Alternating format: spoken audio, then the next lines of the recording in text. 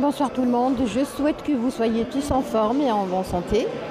Alors ce soir, j'aimerais bien aborder un sujet qui me touche, hein. Un sujet qui m'a été très utile à mon bas âge. Et, euh, et je pense que ça va être très bénéfique pour quelques-uns. Ok? Donc j'ai tout le plaisir à vous inviter à discuter ensemble. Bonsoir chère madame. Bonsoir Sidi Fawzi. Alors le sujet, c'est la deuxième partie de notre discussion d'aujourd'hui. Il s'agit de quelle est la relation entre arrêter de se mentir et atteindre un certain niveau de confiance en soi. Ok? On a compris ensemble que c'est pas évident d'être confiant comme ça tout d'un coup. On a compris que c'est pas très intelligent de se dire je veux être confiant et hop, je vais devenir confiant. On a compris ensemble que la confiance en soi, c'est quelque chose qui nécessite un long, deep travail. Et il y a plusieurs piliers, plusieurs axes. Bonsoir docteur, bonsoir tout le monde. Alors, arrêtez de se mentir. C'est pas un conseil, c'est un devoir. On a tous été moins sages qu'aujourd'hui, j'imagine, hein, en principe. Et on a tous compris à un certain moment qu'on a commis. J'adore le Cap-Vert. Oh, merci beaucoup. En fait, c'est moi qui l'a fait. Regardez. C'est moi qui l'ai confectionné, toute seule. Et là, je suis en train de préparer un bonnet. Je ne sais pas qui est-ce qui va le mettre. Saumon et beige.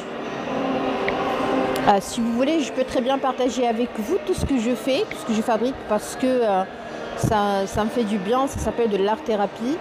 Et en même temps, il y a de la chromothérapie implicitement. La chromo, c'est couleurs, et thérapie, c'est traitement. Ok, on peut très bien rendre notre cerveau plus jeune.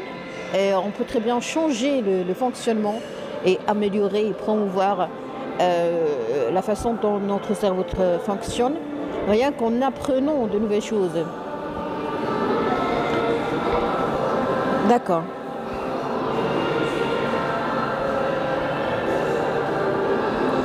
Alors, arrêter de se mentir, c'est une leçon de vie qui est très bénéfique. Vous savez pourquoi on tombe dans ce type de piège de se mentir? Eh bien, tout simplement parce que on n'a pas tous appris à déchiffrer ou à décoder nos comportements. Je m'explique. Des fois, on fait quelque chose où on a une certaine attitude qui est jugée positive par les gens, alors que cette attitude n'est pas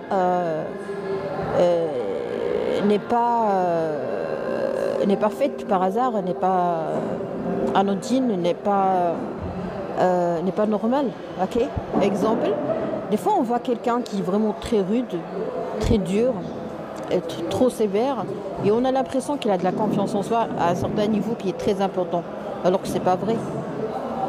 Et moi-même, je parle de moi-même, je me suis déjà dite des fois, c'était de la confiance en soi d'agir ainsi, alors qu'après j'ai découvert que c'était pas de la confiance en soi. Non, c'était une toute petite explosion d'une colère réprimée.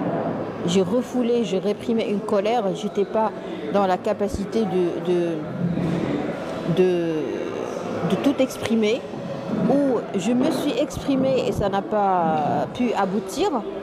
Exemple, tu as été victime d'une injustice et finalement t'as pas pu retrouver tes droits, ok, ou jouir de tes droits. Et cela est resté coincé dans mon inconscient. Et c'est après avoir fait des première, deuxième séance d'hypnose que j'ai compris finalement que c'était juste la colère. C'est quoi en fait? La colère, c'est une énergie positive à canaliser, ok? Et si elle n'est pas canalisée, elle va s'éclater n'importe comment, ok? Donc je vous invite à recourir à quelqu'un qui est professionnel dans le domaine de la santé psychique et mentale pour pouvoir vous aider à d'abord avoir une bonne compréhension, une bonne analyse de tous vos actes. Parce que peut-être que vous n'êtes pas, peut-être que vous avez un caractère, vous avez des défauts, mais vous êtes vraiment une bonne personne et vous avez des réactions qui sont plus ou moins désagréables. Ok? Donc vous risquez de perdre votre image, vous risquez de perdre des liens très importants, vous risquez de perdre des relations, de gâcher vraiment des liens et des relations assez importantes. Pourquoi? Eh bien, tout simplement parce que vous n'avez pas été compris ou vous n'avez pas été assez bien traité. Vous voyez? Ça arrive à tout le monde. Je le partage avec un esprit sportif avec vous parce que j'ai pu surmonter, j'ai déjà sauté cet obstacle. Parce que les complexes, en fait, c'est quoi? Ce sont des obstacles, des limites.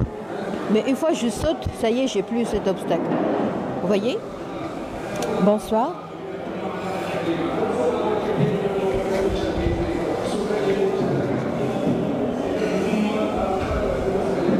Alors, si vous avez des questions par rapport à ce que je suis en train de...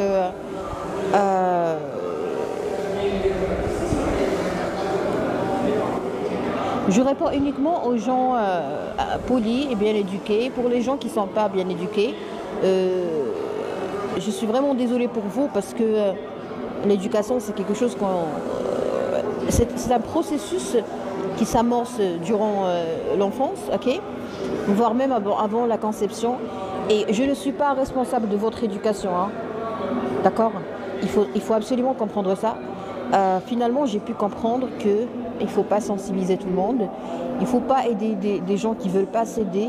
Il faut jamais aider un paresseux. Okay? Il ne faut jamais aider un paresseux. Il ne faut jamais aider quelqu'un qui est passif. Non. Il faut le laisser comme il est. Il est tranquille dans sa zone de confort. Il faut respecter les zones de confort des gens. Okay? Et les gens qui sont mal éduqués, ce sont des gens... Ce n'est pas de notre faute. Hein. C'est pas de notre faute. On n'est pas censé, on n'est pas obligé de supporter, de tolérer ou d'aider des gens qui sont mal éduqués. Parce que l'éducation, c'est la première étape. C'est comme si tu veux par exemple préparer des gâteaux faits par des pâtes, okay, ou par une pâte, et tu n'as pas encore préparé ta pâte et tu veux déjà commencer à préparer tes gâteaux, à sculpter tes gâteaux. Non. Il faut préparer d'abord la pâte. La pâte, c'est l'éducation. Hein. Très bien. Donc, arrêtez de se mentir. Deuxième partie. Je vais juste partager avec vous certains éléments qui m'ont été très utiles également sur le plan professionnel. C'est-à-dire, malheureusement, chez nous au Maroc, il y a un souci, c'est que les gens n'apprécient pas beaucoup le médecin généraliste. Pourquoi? Tout simplement parce que du travail d'un médecin généraliste est un peu différente de celle d'un médecin spécialiste.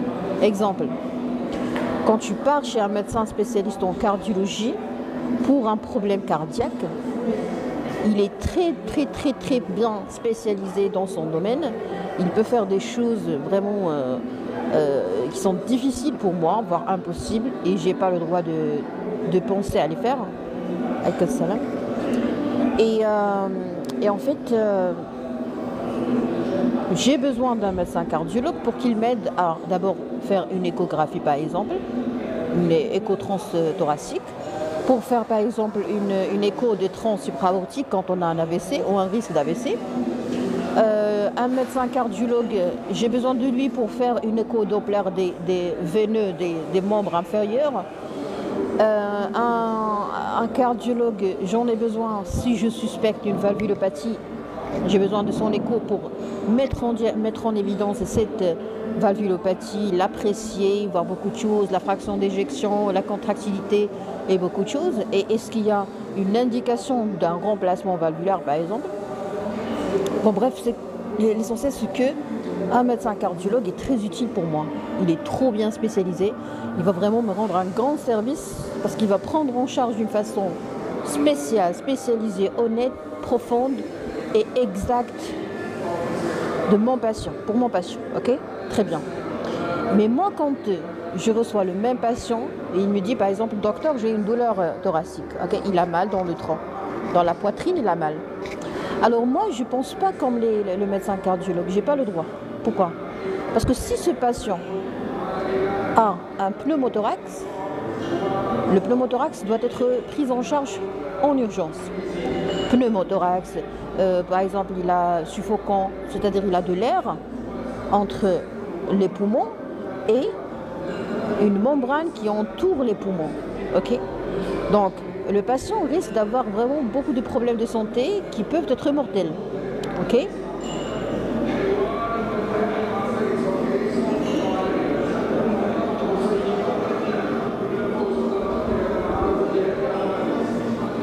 Donc, Monsieur Adam, vous avez 0 abonné. Je vous ai bloqué et vous avez créé un deuxième compte pour, encore une fois, m'insulter.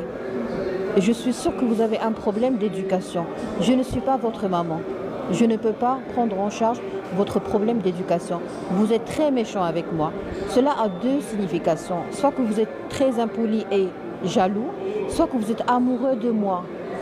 Donc si vous êtes amoureux de moi, je m'excuse. Hein, moi, je ne suis pas intéressée par les gens qui ont du TikTok.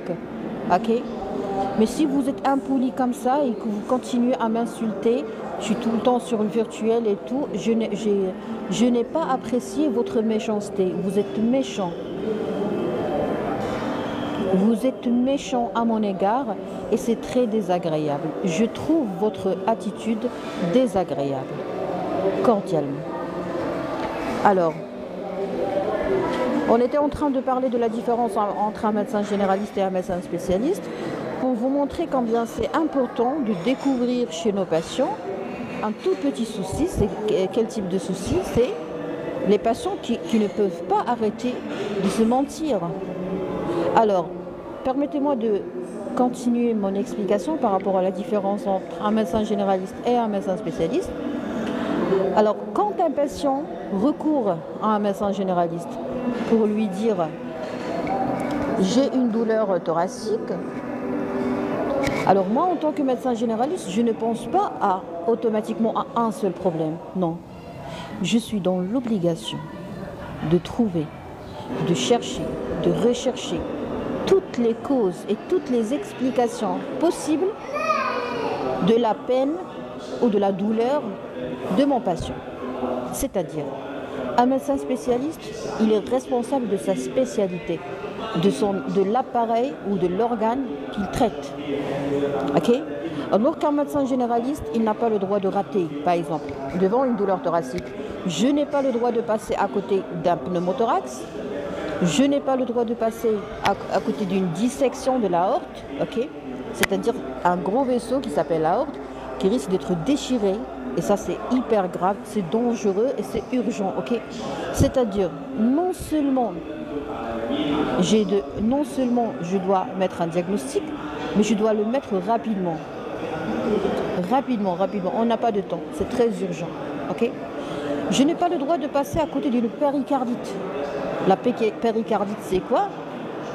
En fait, c'est une inflammation, ça peut être infecté ou pas. L'essentiel, c'est qu'on a du liquide qui entoure le cœur et qui l'empêche de travailler tranquillement.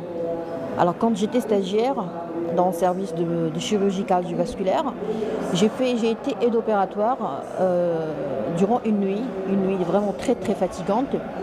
Il y avait la doctoresse, la chirurgienne que j'admire, qui a sauvé un patient qui avait juste une douleur thoracique. Il avait juste mal.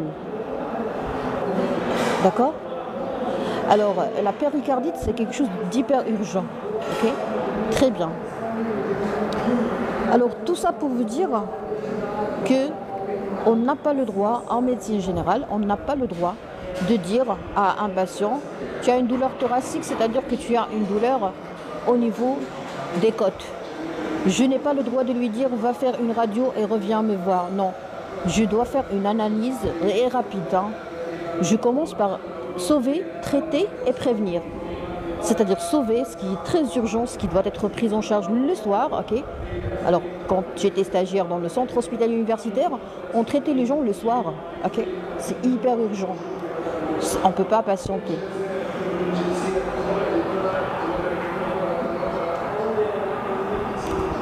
Rien à voir avec la médecine. Alors, si vous êtes un professeur Sidi Younes en médecine et que vous trouvez que ce que je suis en train de dire, ce n'est pas de la médecine, nul. Pourquoi vous m'avez insulté, monsieur Younes? Pourquoi vous avez dit que je suis nul? Pourquoi vous avez dit que c'est pas de la médecine? Est-ce que vous êtes un médecin, monsieur? Ah, c'est très méchant ce que vous dites, hein. C'est très méchant. Je suis choquée par votre méchanceté, monsieur Younes. Où est-ce que vous avez appris à être méchant?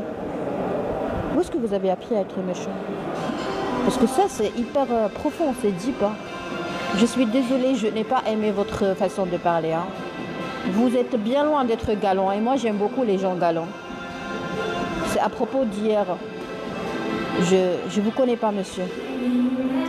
Salut, docteur, reste comme tu es. Et ceux qui ne comprennent pas doivent changer de profil. C'est tout. Merci. La méchanceté gratuite à la technique.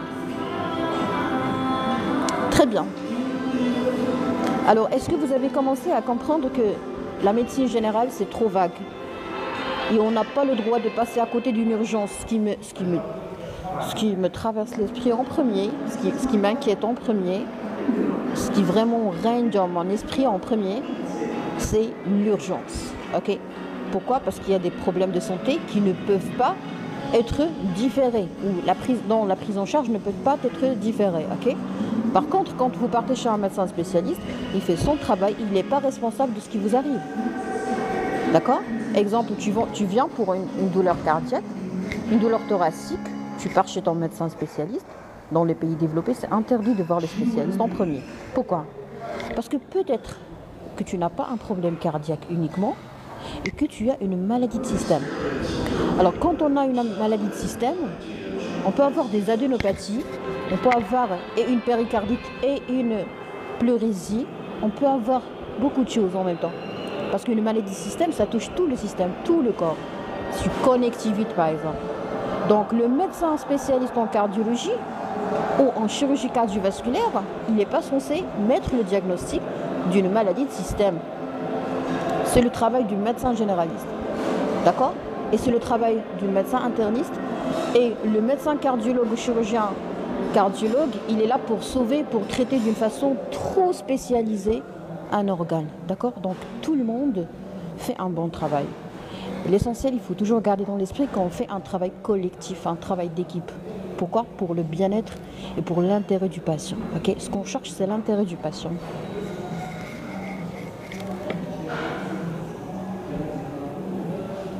Vous êtes très gentil avec ces méchants. Merci beaucoup. Alors ça a été dit par les accompagnants de notre prophète et également par Feu Hassan II, que j'aime beaucoup, que son âme repose en paix, et j'aime beaucoup notre roi également parce qu'il est très gentil. Alors Feu Hassan II a dit qu'il faut toujours répondre à la méchanceté et répondre à la mauvaise foi par la bonne foi. Pourquoi? Parce qu'on réussit toujours par gagner, hein. Pourquoi? Parce que les gens qui sont méchants, ils sont ils sont spécialisés dans la méchanceté. On ne peut pas les vaincre. On ne pourra jamais vaincre les méchants si on ne l'est pas de nature. Donc qu'est-ce qu'il faut faire? Il faut les inviter à un endroit, un autre terrain qu'ils ne connaissent pas. Donc quand tu invites un méchant par exemple, qui ne peut pas dépasser au 3e étage, 5e étage par exemple, qu'est-ce qui se passe? Il se perd. Donc quand il va se perdre, automatiquement on va le vaincre, mais toujours dans la douceur et la souplesse.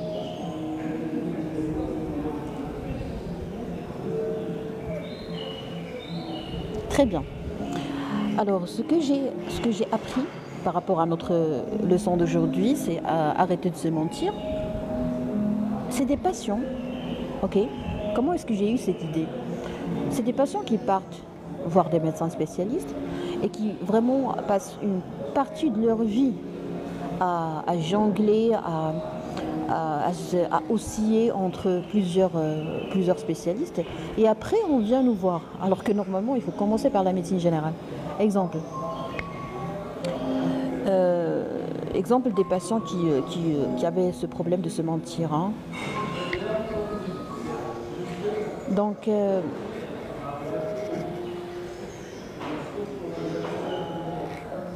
des fois, on se croit gentil, on se croit honnête, on se croit serviable, on se croit intelligent, on se croit capable.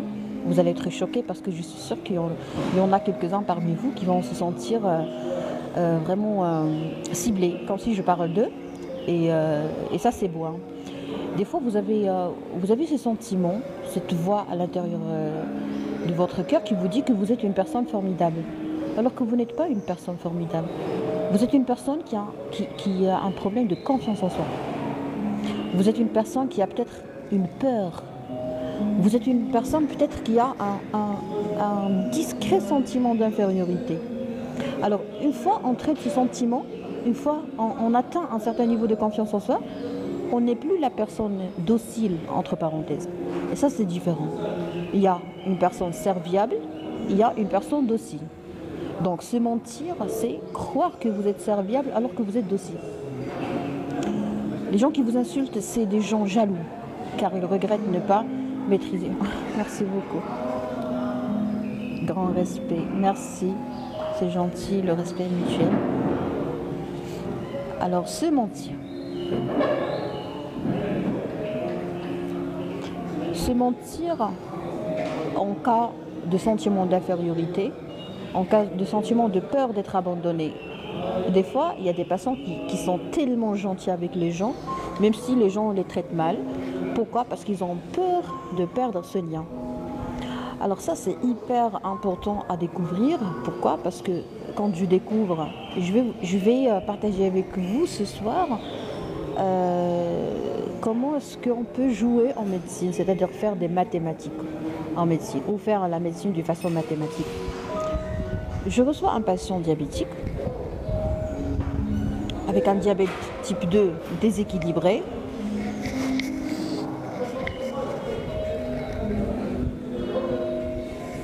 Vous faites une psychanalyse à tort. Ne vous aventurez pas sur des domaines que vous ne maîtrisez pas. Monsieur Adam, vous êtes en train de me ridiculiser. Vous êtes en train de me rabaisser.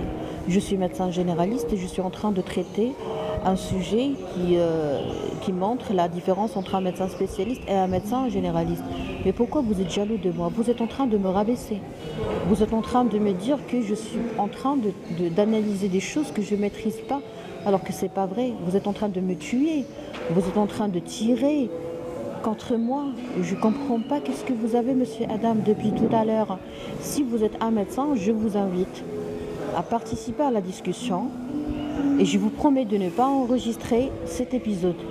Parce que le fait de dire à quelqu'un, tu dis des choses que tu ne maîtrises pas, c'est-à-dire que tu es en train de me rabaisser. C'est ça, rabaisser en fait. Si vous n'êtes pas au courant, j'aimerais bien vous mettre au courant, que vous informer que ça s'appelle rabaisser. C'est très dur ce que vous faites, hein. Finalement, je suis un être humain. C'est trop dur, hein, ce que vous adressez comme commentaire, c'est bien loin d'être méchant. Ça s'appelle rabaisser. Et c'est très toxique, hein. J'ai touché de la toxicité de vos commentaires. Je l'ai touché. J'ai été affectée par votre méchanceté, par votre toxicité. Je ne peux pas gérer ça. Alors je vais demander de l'aide à mes abonnés. S'il vous plaît, mes chers abonnés, qu'est-ce que je peux faire avec ce monsieur qui ne cesse pas de me rabaisser, qui est très méchant? Et sincèrement, j'ai été touchée par tout ça. Il faut nier. Ok, mais mon cœur a été touché par ça. Je ne peux pas me mentir parce que, en fait, déjà, le sujet de ce soir, c'est se mentir. Il faut arrêter de se mentir. La confiance en soi, c'est arrêter de se mentir. La confiance en soi, en fait, c'est quand tu es touché par quelqu'un, tu dois te dire d'abord, je suis en train de penser à haute voix. Il faut dire à votre cœur, j'ai été touché. Ne faites rien, vous êtes noble. Il a demandé des excuses. Il a demandé des excuses pour la méchanceté et après il m'a rabaissé, il a demandé des excuses. Il a insisté. Bon, on va lui donner une troisième chance pour qu'il m'insulte encore une fois. C'est un peu bizarre, mais quand même, on va découvrir ensemble. L'essentiel, c'est que je ne vais pas me mentir ce soir. C'est-à-dire qu'une fois je vais sentir quelque chose, je vais le partager avec vous. Pourquoi? Pour vous encourager à ne jamais cacher quelque chose dans votre cœur. Au moins, dites-le et divulguez ça à votre médecin. Apprenez à ne jamais se mentir ou vous mentir. reste forte comme toujours. Oui, mais pour être forte, il faut reconnaître.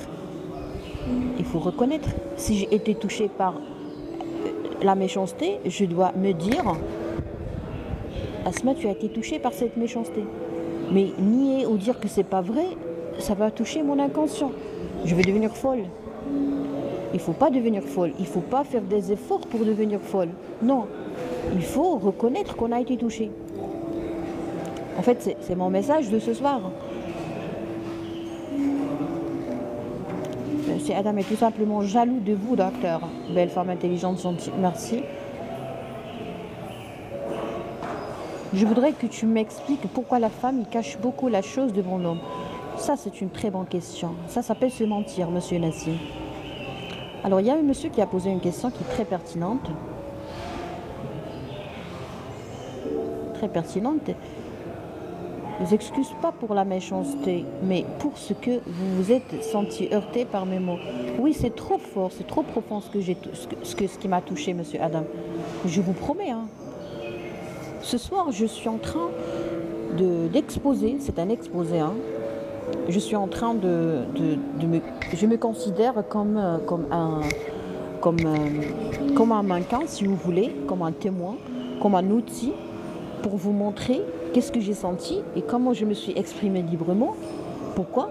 Ce n'est pas parce que j'ai peur, ce n'est pas parce que j'ai pas de réponse, mais c'est parce que je veux que les gens comprennent que s'ils ont été heurtés par quelque chose, ça ne veut pas dire qu'ils sont faibles, ça ne veut pas dire qu'ils sont stupides, mais ça veut dire que c'est très normal d'avoir de la peine, hein. C'est normal, c'est un réflexe humain. Je voudrais que tu m'expliques pour la femme. Alors très bien, on va se concentrer sur la question de monsieur Nassim. Qu'est-ce qu'il a dit? Il a dit pourquoi la femme elle cache des sentiments. Alors je vais être honnête ce soir avec vous. Quand la femme est avec un homme, il y a une grande différence. Il y a une grande différence entre une relation en dehors du cadre de mariage ou une relation dans le cadre du mariage.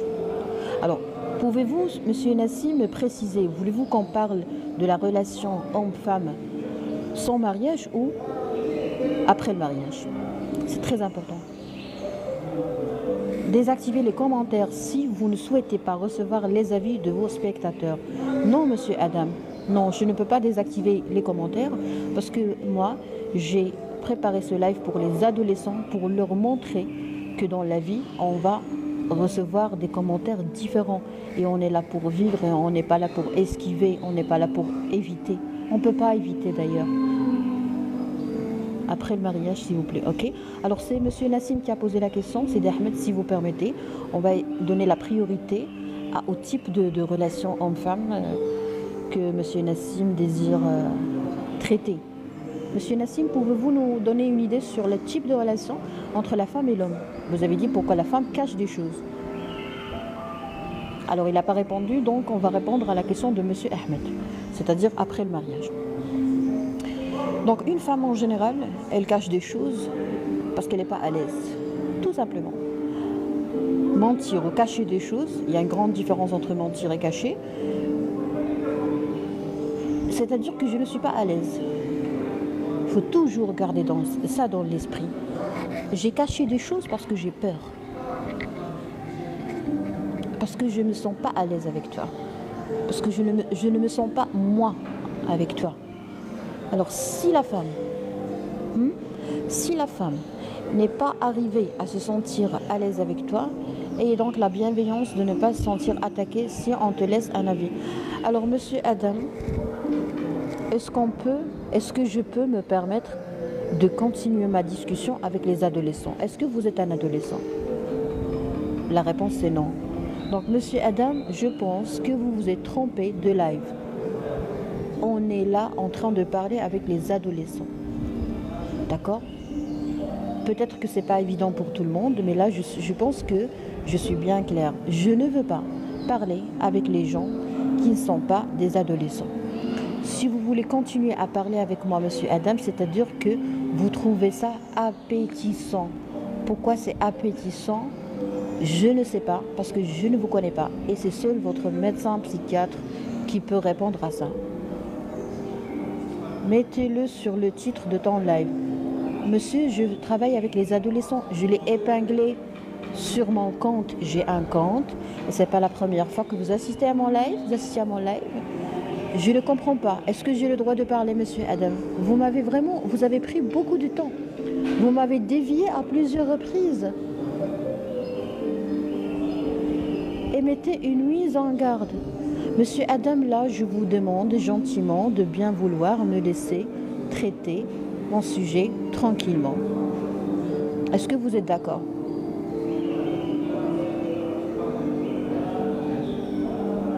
Allez-y. Ah, très bien. Donc, il m'a donné le feu vert pour que je termine, pour que je poursuive le traitement de mon sujet. Très bien. Alors, monsieur Nassim a posé une question très pertinente, c'est pourquoi la femme cache des choses? La femme cache des choses parce qu'elle n'est pas à l'aise. La femme cache des choses à son époux ou à son petit ami. Pourquoi? Parce qu'elle n'est pas à l'aise, tout simplement. Alors moi, quand je suis à l'aise avec quelqu'un, je peux ouvrir, comme on dit en arabe, au Maroc, je peux ouvrir mon cœur et je peux tout lui dire. Pourquoi? Parce que je me sens à l'aise avec lui et parce que je lui fais confiance. Et parce que beaucoup de choses. Alors on va se concentrer sur le bien-être, ok? C'est-à-dire se sentir à l'aise avec quelqu'un et lui faire confiance. Je vais partager avec vous quelques cas où la femme a tout raconté à un monsieur et elle a été vexée. Exemple, cacher ses manques de confiance en soi en quelque sorte. Pas toujours. Ça peut expliquer en partie ça, mais pas toujours, pour ne pas généraliser. Alors, il y a des cas, il y a des femmes qui ont vécu des mésaventures où ils ont vraiment ouvert leur cœur et après ils ont été vexés. Toujours la femme, elle joue le rôle innocente. Ah, monsieur Nassim, c'est maintenant que vous avez répondu. Et tout à l'heure, lorsque je vous ai posé la question, est-ce que vous parlez de la dame avant le mariage ou après le mariage? Vous n'avez pas voulu répondre à cette question? Non, monsieur, aujourd'hui ou ce soir, on est là pour arrêter de se mentir. Vous êtes en train de vous mentir, monsieur Nassim. Vous êtes en train de vous mentir. Donc, je ne vais plus prendre en considération ce que vous dites. Vous nous avez donné un sujet et après, vous avez décidé de ne plus répondre. Et là, vous êtes en train de dire toujours la femme, elle joue l'innocente. Est-ce que vous voulez pleurer ou est-ce que vous voulez parler et discuter? Désolée, mademoiselle, c'est pas mon problème, c'est le problème de l'Internet. Ok, je vous demande pardon parce que j'ai cru que vous n'avez pas voulu répondre. Alors, monsieur Nassim, vous avez posé une question pertinente. J'aimerais bien savoir, est-ce que vous parlez de la relation femme-homme avant le mariage ou après le mariage?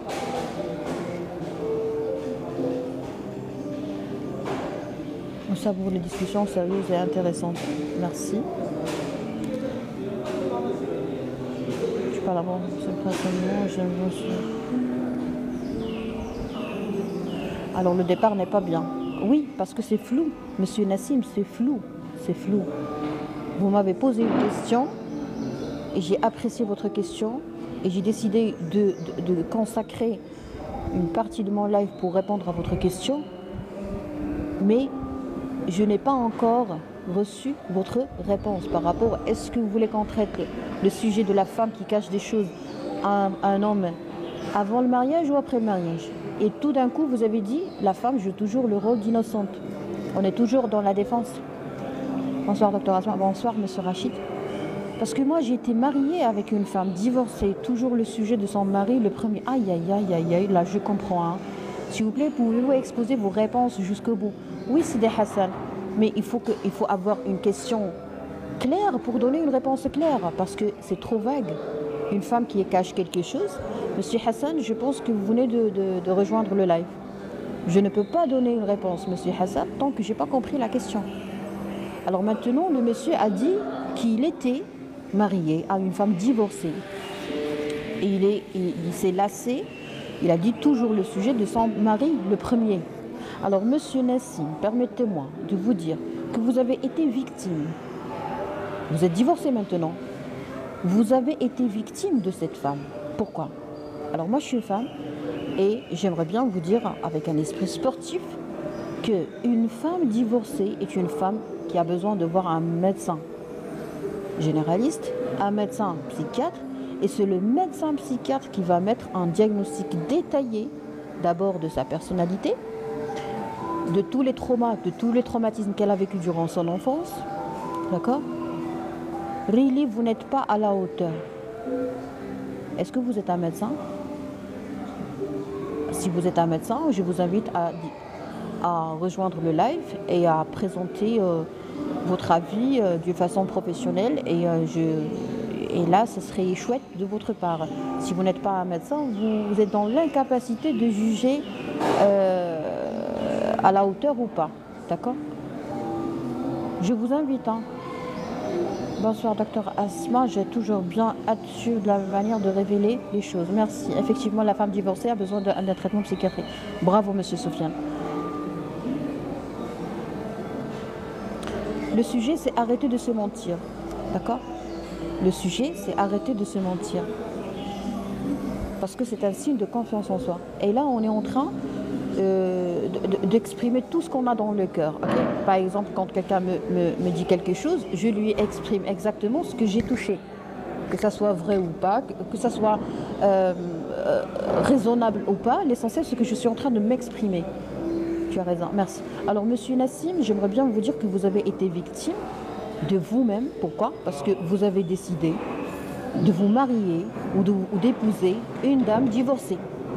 Et vous avez dit qu'elle joue toujours le rôle d'une innocente. Innocente aux victimes. D'accord? Innocente aux victimes.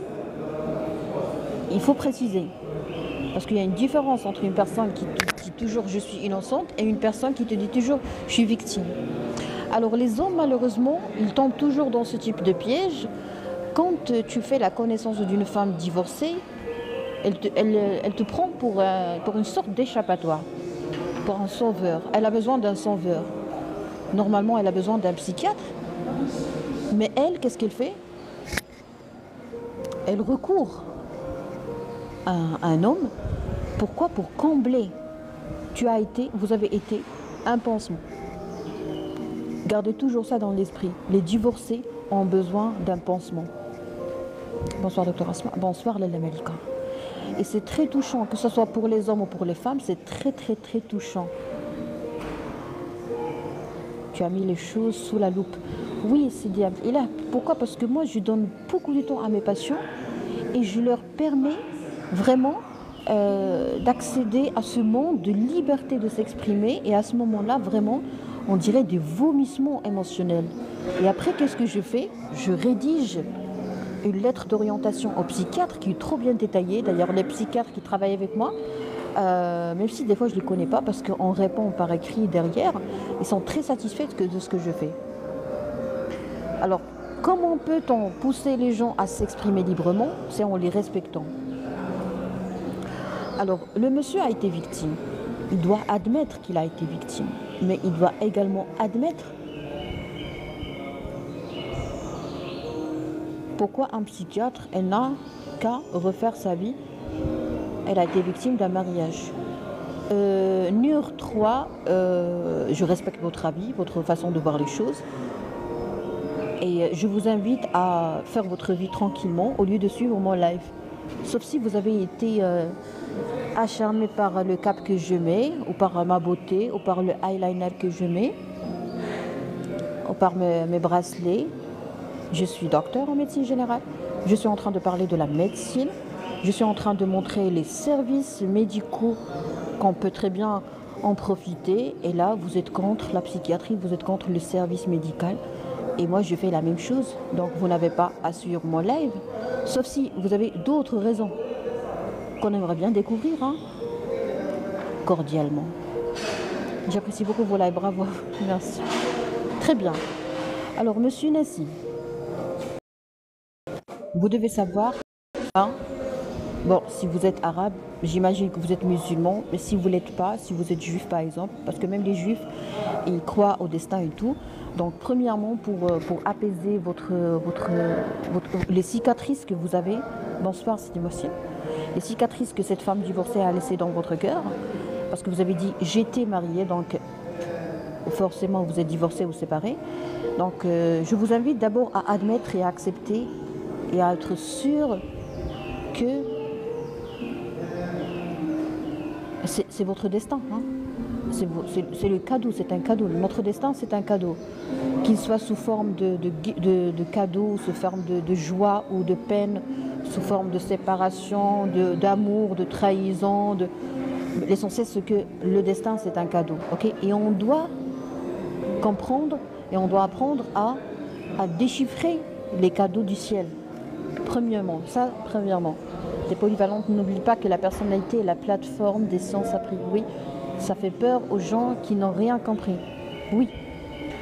Alors, deuxièmement, monsieur Nassim, vous avez décidé d'épouser une femme divorcée. Une femme divorcée, c'est une femme brisée, cassée.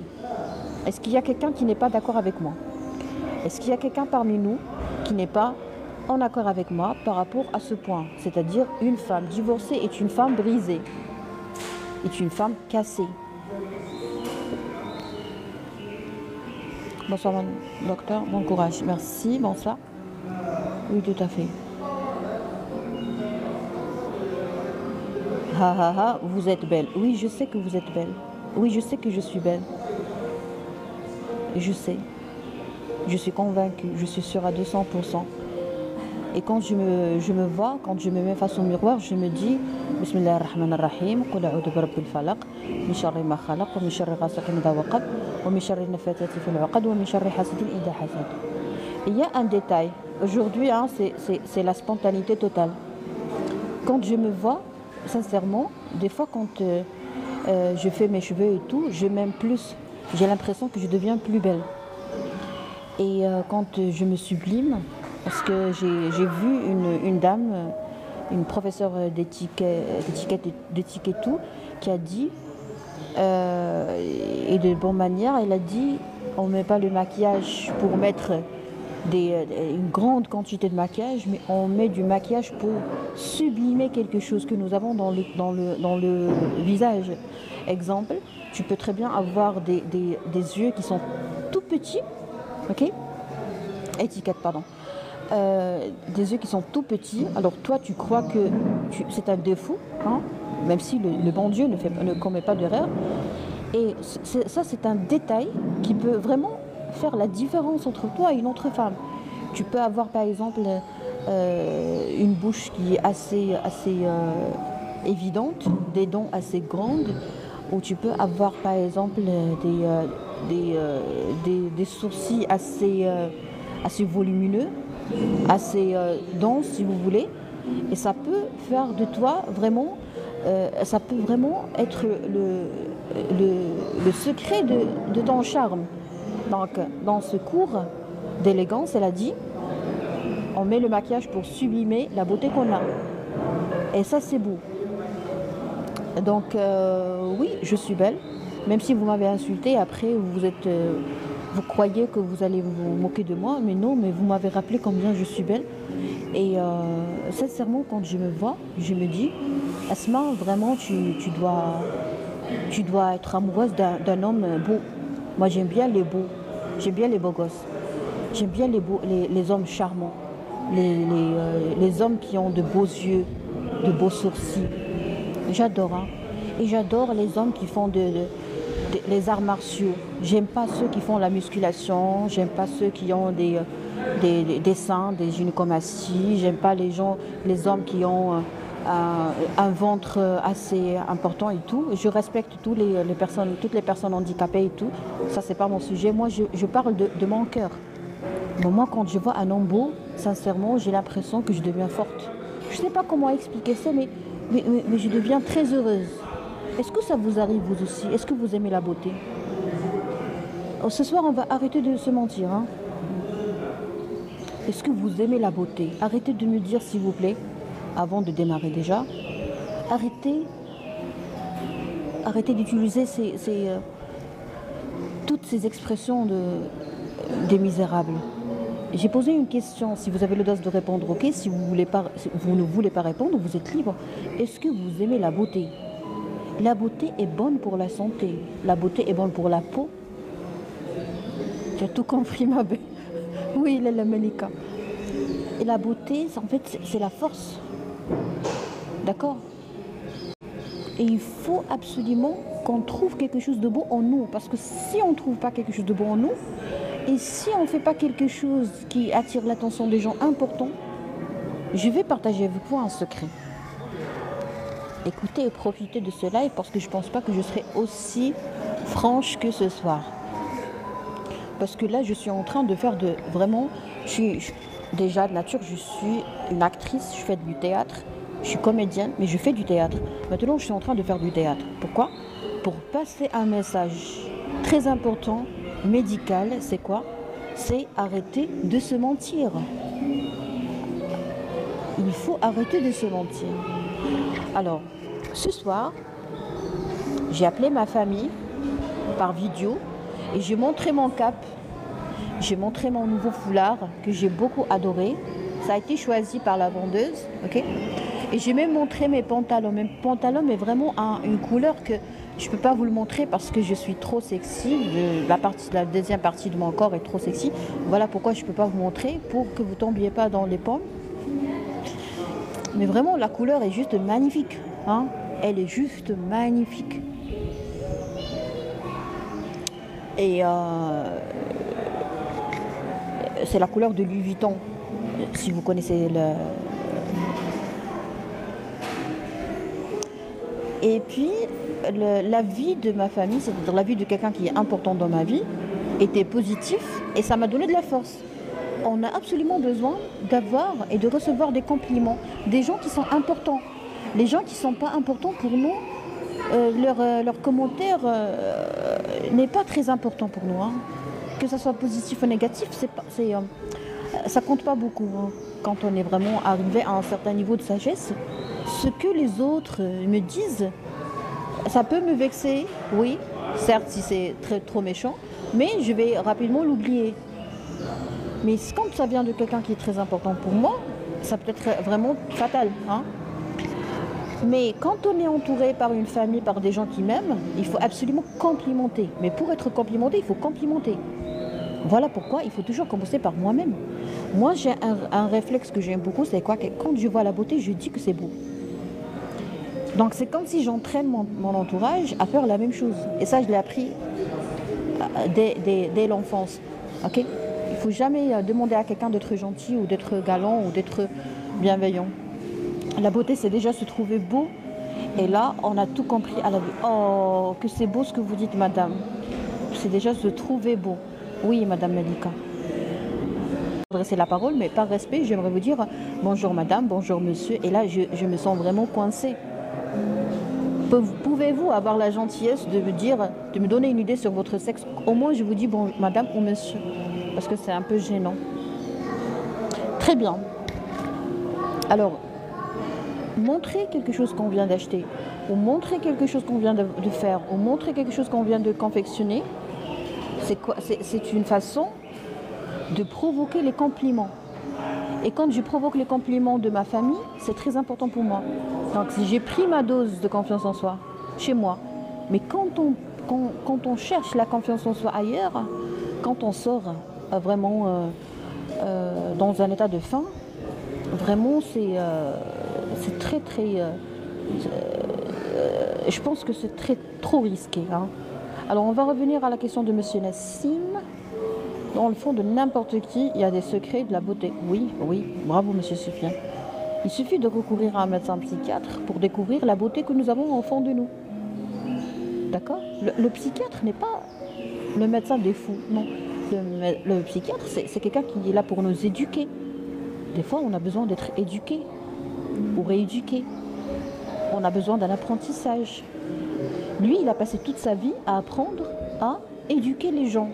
Donc, je pense que c'est très intelligent de faire une consultation rien que pour savoir, pour avoir une idée sur notre niveau d'éducation. La beauté profonde qui se reflète sur le superficiel. On partie, oui, mais la beauté physique est très importante. On n'a pas le droit de se mentir. Je ne comprends pas ça. Je ne comprends pas votre réponse. Peu de gens arrivent à cette plénitude, croyez-moi. Merci Lalla Malika. Moi, je ne sais pas qu'est-ce qui m'est arrivé aujourd'hui. J'ai vraiment eu une overdose de confiance en soi. Hier, j'ai vu un rêve magnifique. Et la beauté, c'est le reflet de l'âme. Car qui a une âme pas belle, il ne peut pas voir la beauté. Oui, mais en partie toujours. Pourquoi? Parce que j'ai des adolescents qui me suivent, donc je ne peux pas leur dire que l'âme est largement suffisante. Pourquoi? Parce que quand on a étudié la psychiatrie, on a appris que parmi les traits de la confiance en soi, les traits de la personnalité, il y a le physique. C'est très important. Le physique est très important.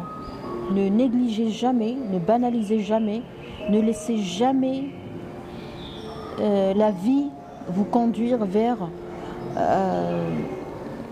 l'oubli de quelque chose qui est important.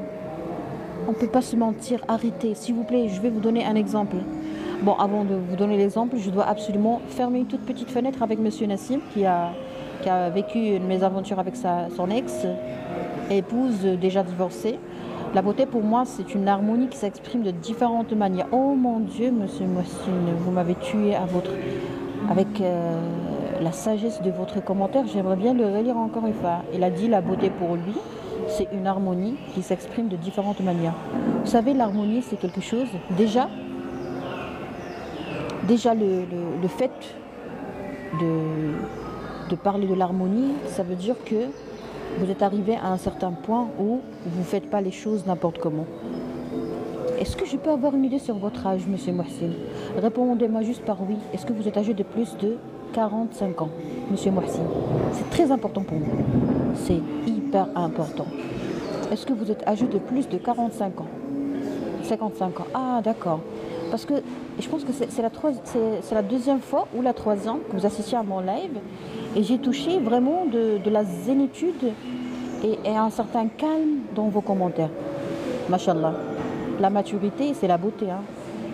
La maturité, c'est la beauté. Alors, qu'est-ce que j'allais dire? Oui, par rapport à Monsieur Nassim qui est divorcé. Monsieur Nassim, est-ce que vous êtes toujours là?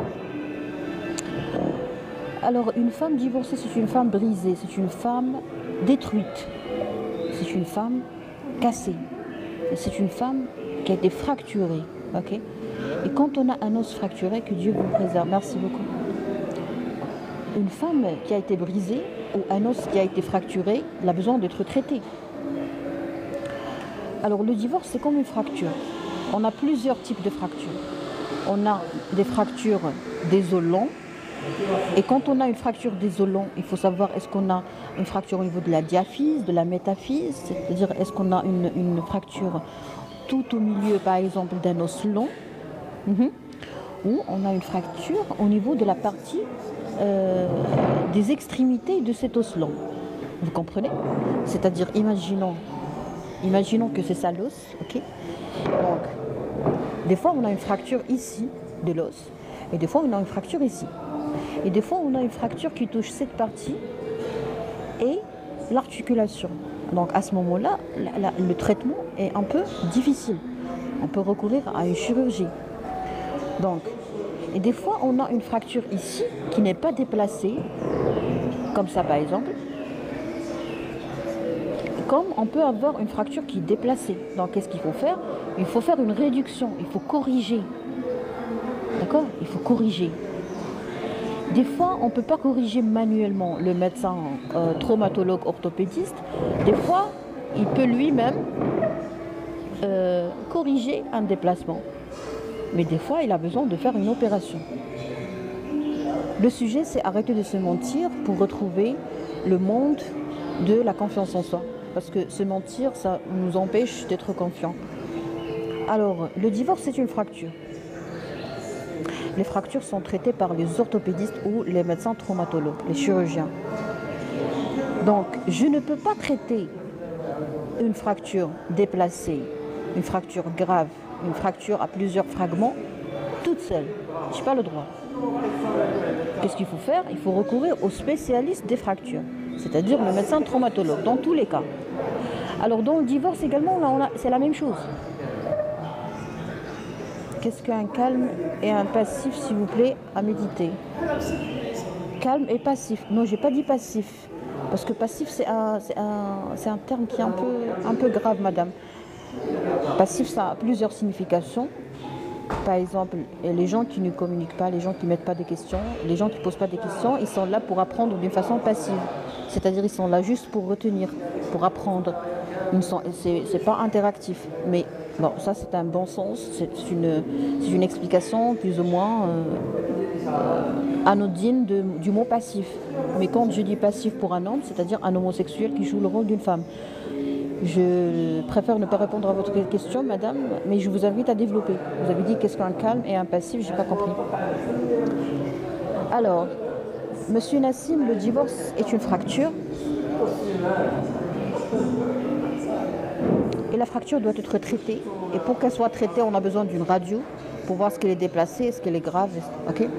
La confiance en soi commence quand on s'arrête de se mentir. Oui? Qui parle sain mais qui écoute récolte. Récoltez comme vous voulez, hein, c'est votre façon d'apprentissage. Je respecte, hein, parce que peut-être que vous êtes plus sage que moi. C'est pas une infériorité lorsque vous êtes passif, parce que peut-être que vous connaissez tout ce que je suis en train de raconter.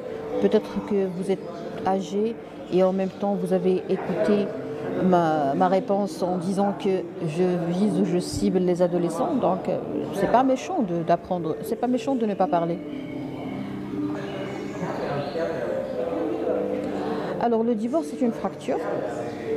Épouser un divorcé ou une divorcée, c'est ne pas traiter une fracture. Voilà. Vous n'avez pas le droit d'épouser quelqu'un ou d'établir un lien d'amour ou un lien affectif avec quelqu'un, ou un amour passionnel, ou une relation, une aventure amoureuse avec quelqu'un, tant que vous n'avez pas encore diagnostiqué la fracture et traité la fracture. Voilà. Donc, mariage après le divorce, c'est une catastrophe. C'est de l'injustice, hein. C'est de l'injustice. C'est très injuste de votre part d'épouser quelqu'un alors que vous n'avez pas encore traité votre fracture. Voilà, monsieur Nassim, c'est tout ce que je peux vous dire. Mais sinon, je vous invite à parler à votre médecin généraliste. Et c'est à lui, normalement, de gérer votre prise en charge, que ce soit sur le plan relationnel, sur le plan familial et beaucoup de choses. En plus, si vous avez des enfants, je ne sais pas. Mais l'essentiel, c'est que vous avez dit quelque chose de très, très, très important. Vous avez dit pourquoi la femme cache des choses. Et vous avez dit que votre épouse, votre ex-épouse divorcée ne cesse pas de parler de son ex. C'est normal parce qu'elle est toujours fracturée, elle a toujours une fracture. Voilà ce que j'ai toujours essayé d'expliquer aux gens durant les lives. Malheureusement, les gens n'apprécient pas ça. Divorce égale fracture. Traitez la fracture. Point à la ligne. Vous êtes marié à une dame, vous avez épousé une dame, divorcée, et il vous a cassé la tête avec son ex. C'est très, très, très injuste. C'est très méchant de la part des divorcés de continuer à parler de leurs époux.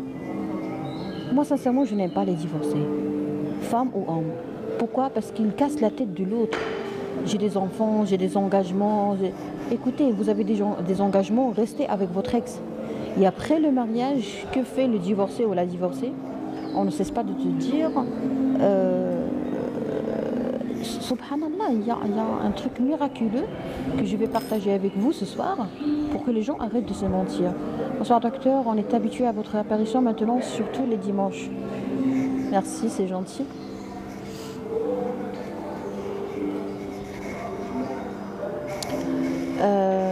Alors, les divorcés, ce sont une source de problèmes. Exemple, j'ai vu plusieurs couples où déjà la personne qui accepte une personne divorcée est une personne qui a un problème de confiance en soi. Déjà, pour moi.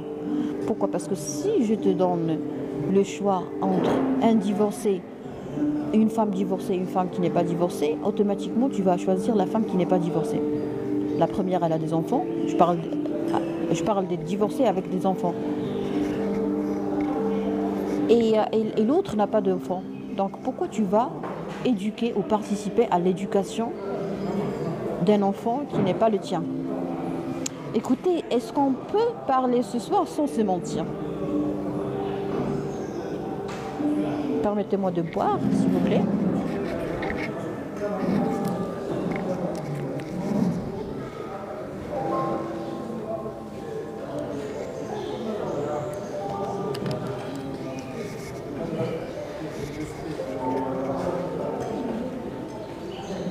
S'il vous plaît, est-ce qu'on peut se permettre ce soir de parler honnêtement, ok? Vous n'êtes pas dans un tribunal, vous n'êtes pas chez votre psychiatre. Je peux enlever la casquette de doctoresse et on peut parler librement. On peut être honnête ce soir. Yes, actor, please. Ok. Alors,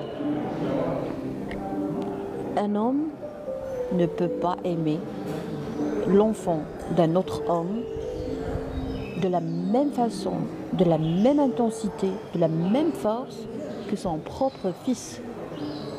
Bonsoir docteur, j'ai un doigt qui est fracturé des années, j'ai vu un traumatologue et pas possible pour... Écoutez, je ne réponds pas à ce type de questions, c'est votre traumatologue, c'est à votre médecin généraliste et traumatologue de répondre à votre question. Voilà, une réponse standard. Bonsoir docteur, j'espère que vous allez bien, oui, merci. Le verre, c'est votre production. Oui, c'est Decide. Sans honnêteté, il n'y a rien qui mérite. Bravo, il faut être honnête. Bonsoir docteur, bonsoir tout le monde. Alors, écoutez, en cas d'incendie, par exemple, il y a du feu, ok? Il y a du feu. J'adore vos lives. Merci, Lalla Malika. Feu et sauver une seule personne. Une seule personne. Il y a mon fils et mon beau-fils. Il y a mon fils que j'ai mis au monde, qui a grandi, dans mon, qui s'est développé dans mon utérus, que j'ai mis au monde. Il y a le fils de mon mari. Je ne peux sauver qu'une seule personne. Je vais sauver mon fils. D'accord? Je suis sûre. J'ai jamais eu un enfant, mais je suis sûre et dans ma tête, les choses sont claires. I see, doctor. Ok. Alors, ça s'appelle ne pas se mentir. Je dois sauver une seule personne. Il y a ma fille que j'ai mis au monde, ok? Et il y a la fille de mon mari. Je vais sauver ma fille parce que je vais l'aimer, parce que c'est une partie de moi. Parce qu'il y a un lien que je ne peux pas nier, il y a un lien qui est plus fort que moi. Les gens qui ont déjà eu des enfants, est-ce que vous avez déjà eu des enfants? Est-ce que vous avez déjà eu des enfants? Est-ce que vous avez déjà touché la différence entre ne pas être un papa ou une maman et le fait d'être devenir un papa ou une maman? Est-ce que vous avez déjà vécu cette... Voilà, oui, très bien. Alors moi j'ai vécu un truc qui est un peu différent, c'est quoi? Et bizarre. Et les femmes vont sûrement comprendre ça. Dans le service de gynécologie obstétrique et surtout dans la maternité, c'est-à-dire où les femmes, où on explique l'accouchement et où on réalise les accouchements par voie basse, j'ai vu un réflexe, une chose qui se déroule d'une façon vraiment automatique. J'ai vu les femmes, les primépars, ou les nullipares qui deviennent primépars, c'est-à-dire la femme qui n'a jamais eu des enfants. Une fois, elle met au monde un bébé, elle appelle sa mère et elle lui dit « Maman, je te demande pardon ». Ah bon? Pourquoi elle demande pardon? Pourquoi toutes les femmes qui mettent au monde un bébé, pour la première fois, on demande pardon à leur maman? Parce que c'est la première fois qu'on comprend ça veut dire quoi avoir un enfant. Elle nous dit « Docteur, avoir un enfant, c'est une partie de moi. J'ai l'impression qu'une partie de mon corps est loin de moi. » Et c'est bizarre, hein. Moi, je parle maintenant, j'ai les larmes aux yeux, même si j'ai jamais eu un enfant. Mais j'ai vu ça à plusieurs reprises. Et j'ai compris que c'est trop différent. J'écoutais beaucoup les patients. Moi, quand je passais les gardes et tout, des fois, on a du temps. Et j'aime pas dormir le soir parce que je me réveille vraiment dans un état très, très mauvais, si vous voulez. Et du coup, j'étais très, très... comment dirais-je, très caring. Si quelqu'un a une traduction de ce mot, c'est en anglais, je ne l'ai jamais appris en français. J'étais trop caring, ok? Je prenais soin des gens de façon bizarre parce que j'ai fait la médecine par amour. Donc je permettais aux gens de parler, de s'exprimer. Et j'ai compris finalement que plus on donne du temps aux gens, plus on comprend ce qui se passe. Et plus on découvre qu'on avait tort. Vous voyez? Non, but I totally got you. Ah, thank you. Oui, docteur, j'aime votre franchise et votre honnêteté, c'est vrai, et c'est ce que je constate dans la société. Oui, la société, il faut respecter les gens qui, au moins, elles s'expriment. Vous êtes divorcé, vous avez des enfants, elle te dit, j'aime pas tes enfants. Elle est honnête, parce que moi, je peux pas aimer les enfants de mon mari. C'est pas possible. Je vais aimer ses enfants s'il est gentil avec moi. Mais s'il m'insulte, s'il me traite mal, s'il me banalise mes choses, s'il m'ajourne, s'il me largue. Pourquoi? Parce qu'il y a des gens qui sont malades. Il y a des gens que, par exemple, quand tu es divorcé, quand on prend soin d'eux, qu'est-ce qui se passe? Ils comprennent finalement qu'ils avaient tort. Des fois, ils te disent, ah non, vraiment, j'avais une épouse angélique, j'avais une épouse formidable. Je ne connaissais pas la valeur de mon épouse. Alors ça, c'est une catastrophe. Ou le contraire, c'est-à-dire un monsieur qui épouse une femme divorcée et après lui avoir offert et fourni toutes les conditions agréables. Il y a la dame qui n'est plus anxieuse, qui n'est plus inquiète, qui n'a plus cette peur de rester seule. Il y a la femme qui est vraiment comblée. Alors quand vous comblez un malade, il va reprendre ses repères, d'autres repères. Tu as été une de ses repères quand il était malade. Mais une fois guéri, il va reprendre ses premiers repères. Et ça, c'est très injuste de la part des divorcés. Ils sont dangereux, les divorcés, femmes ou hommes. Et après, on commence à dire, moi j'ai vécu ça, je l'ai vu. Un monsieur divorcé a épousé une cousine et après il a laissé tomber. Et après, elle a commencé, une fois épousée, la première est devenue jalouse. Elle était très diplomate, qu'est-ce qu'elle a fait? Elle a commencé à lui ramener son fils pour avoir plus d'argent. Et elle est devenue vraiment très gentille avec lui. Pourquoi? Parce qu'au début, elle était un peu fière d'elle. Elle croyait qu'elle était la seule.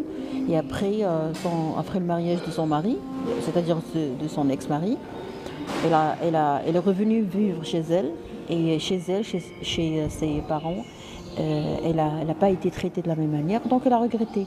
Donc imaginez combien c'est grave de ne pas tout traiter avec un médecin, un psychiatre ou un psychothérapeute. Et de découvrir après qu'on a regretté, qu'on s'est précipité et qu'on a été trop rapide et que la décision de mariage était immature. Et après, c'est toi qui payes tout ça. C'est-à-dire que c'est toi qui payes l'immaturité dans la prise de décision du mariage d'un couple. Tu es un pansement. Les divorcés ont besoin d'un pansement. Donc soit tu te fais soigner tout seul grâce à ton médecin, soit tu vas faire souffrir une autre personne et après tu vas reprendre avec la première. Et ça c'est dégoûtant. C'est dégoûtant. Donc les divorcés, s'ils prennent soin de la personne, elle va aimer ses enfants. Mais une fois que tu arrêtes de me traiter comme une princesse, je ne vais pas aimer tes enfants. Ben, c'est normal. Sauf si tu veux que je devienne une menteuse et ça c'est pas évident. Vous avez des candidats pour mariage pendant ce live? Non, monsieur Saïd, ce sont des gens honnêtes qui ont de la confiance en soi et qui sont en train de s'exprimer. Ils sont respectueux. Ok? Et vous avez mal compris ce qu'ils sont en train de dire. Ok? Ça, c'est un moment de paix interne, c'est un moment de calme, c'est un moment de vérité où on découvre, où on n'a pas à se mentir. Vous avez mal compris. L'honnêteté de mes abonnés, ils ne sont pas des candidats pour le mariage.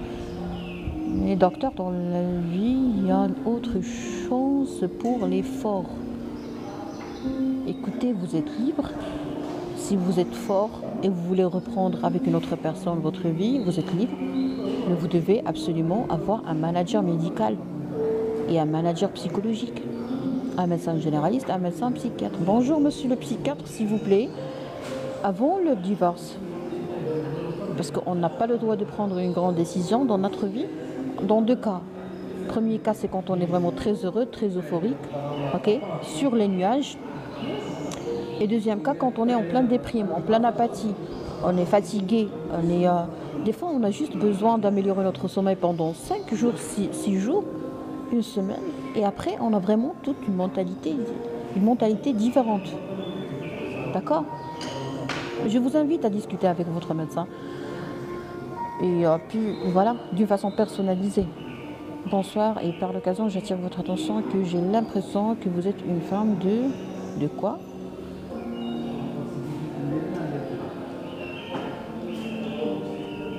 La deuxième partie de votre commentaire n'apparaît pas, monsieur. Vous avez dit vous êtes une femme de et il n'y a pas de deuxième partie. La souffrance enfin comprise. Soyez honnête avec soi-même et on a tout compris. Voilà. Mais on n'a pas, bravo l'Américain, j'aimerais juste ajouter quelque chose à votre commentaire assez vrai. Quand je suis honnête avec moi-même, je n'ai pas à partager ça avec les gens. Écoutez, moi je fais ça parce que c'est mon projet. Mais sinon dans ma vie personnelle, je n'ai pas à être comme ça avec les gens. Je n'ai pas à être transparente avec les gens, avec tout le monde, avec ma famille, oui, avec mon époux, oui. Mais avec quelqu'un qui n'est pas important pour moi, qui n'est pas honnête avec moi, je n'ai pas à être transparente avec lui. Alors ça, c'est hyper important à mentionner parce que les gens ne doivent pas m'imiter. Parce que imiter un influenceur, c'est-à-dire devenir son esclave. Ça peut ne pas coller. Moi, je suis responsable de ce que je dis. Pourquoi? Parce que je dois réussir mon épisode. Mon épisode, c'est quoi? C'est permettre aux gens de ne pas se mentir. Donc, je me prends pour leur miroir pour leur aider à découvrir ça. Donc ça, c'est un projet. Épisode égale projet. Mais je déconseille les gens d'être honnêtes avec les gens. D'être transparent, pardon. Il ne faut pas être transparent avec les gens. Il ne faut pas tout montrer. Il ne faut pas montrer toutes ces cartes. Alors moi, si je montre ces cartes, c'est parce que j'en ai plusieurs. Vous voyez? Et si je montre certaines cartes, il faut d'abord travailler sur l'intelligence émotionnelle. C'est-à-dire, tu peux me détruire le matin à 8 heures, à midi, je prends mon café tranquillement. Je peux faire un massage tranquillement. Mais avant, je n'étais pas comme ça, parce que j'étais immature. Relativement immature, vous voyez? Donc les gens ne doivent pas imiter et faire tout ce que je fais. Une femme ou un homme ne peut pas aimer un autre enfant qui n'est pas le sien. Bravo. Ça, c'est vrai. Votre commentaire est vrai. Génétiquement et spirituellement, le lien entre une mère et ses enfants biologiques ne peut pas être abouti. Oui. Kérim, bienveillant. Merci pour la traduction. Alors, elle a dit génétiquement, écoutez, quand on a étudié l'allaitement maternel, on a étudié les bienfaits de l'allaitement maternel. Alors, premièrement, quand on allaite, on donne des anticorps, c'est-à-dire de l'immunité à notre petit. Quand on allaite, on prévient un problème d'obésité chez le petit. Quand on allaite, on crée un lien émotionnel avec le petit et affectif, pardon. Écoutez, il y a une différence entre une femme qui a allaité son enfant et une femme qui ne l'a pas allaité. C'est-à-dire, si tu as allaité un enfant, le lien entre vous et les enfants allaités de votre part est un peu différent des liens entre vous et leurs frères. Vous voyez? Il y a des choses à respecter, il y a la nature à respecter.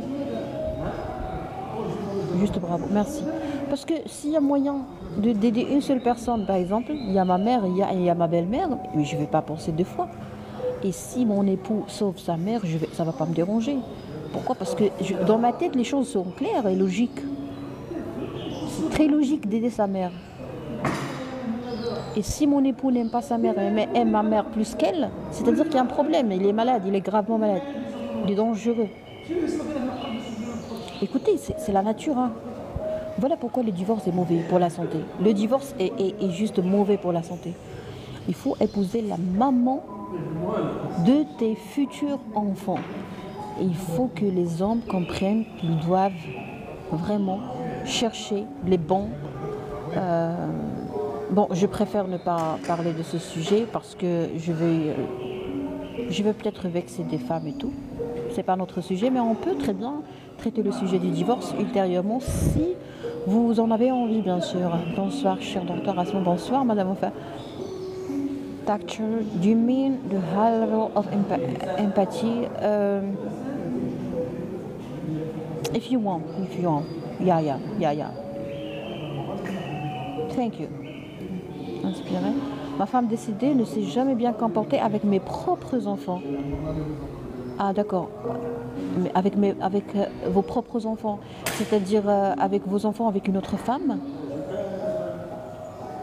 Bon, puisque vous avez dit avec mes propres enfants, c'est-à-dire que ce ne sont pas les siens, que son âme repose en paix. Très bien. Donc il y a un monsieur qui a dit que son épouse décédée ne s'est jamais bien comportée avec ses propres enfants, c'est normal. C'est normal, hein. Bon, c'est pas normal, mais c'est habituel, hein, c'est ça, c'est très logique. Parce que quand tu me traites comme une princesse, je vais aimer toute ta famille. Quand tu me traites mal, je ne vais pas aimer ta famille.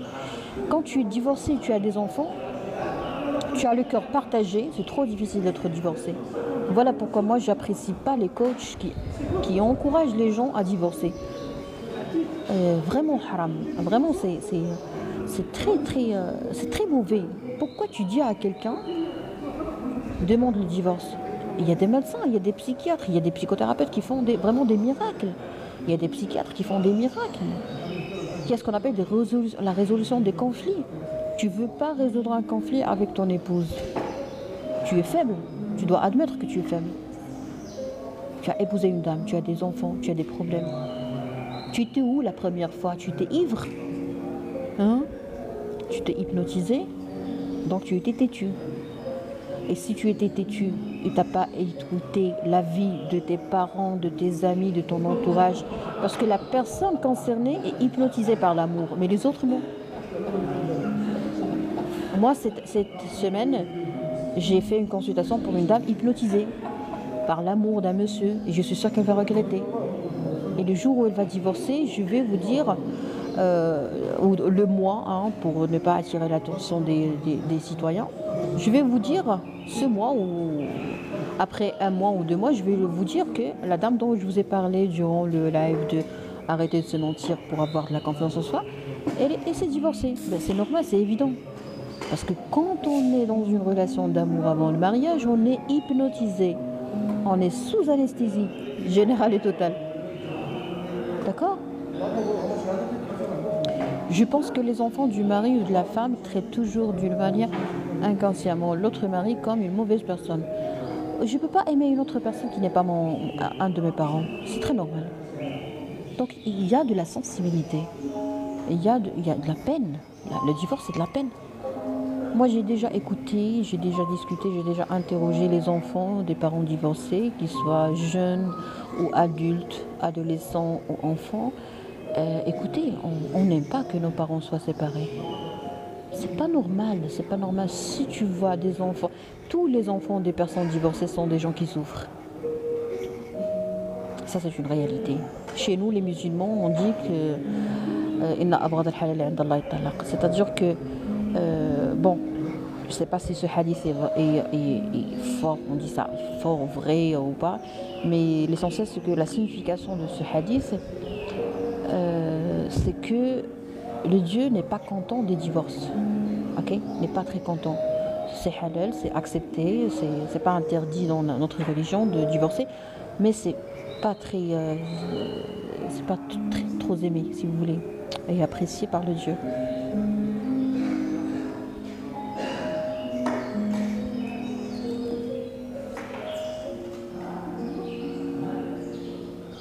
Bonsoir.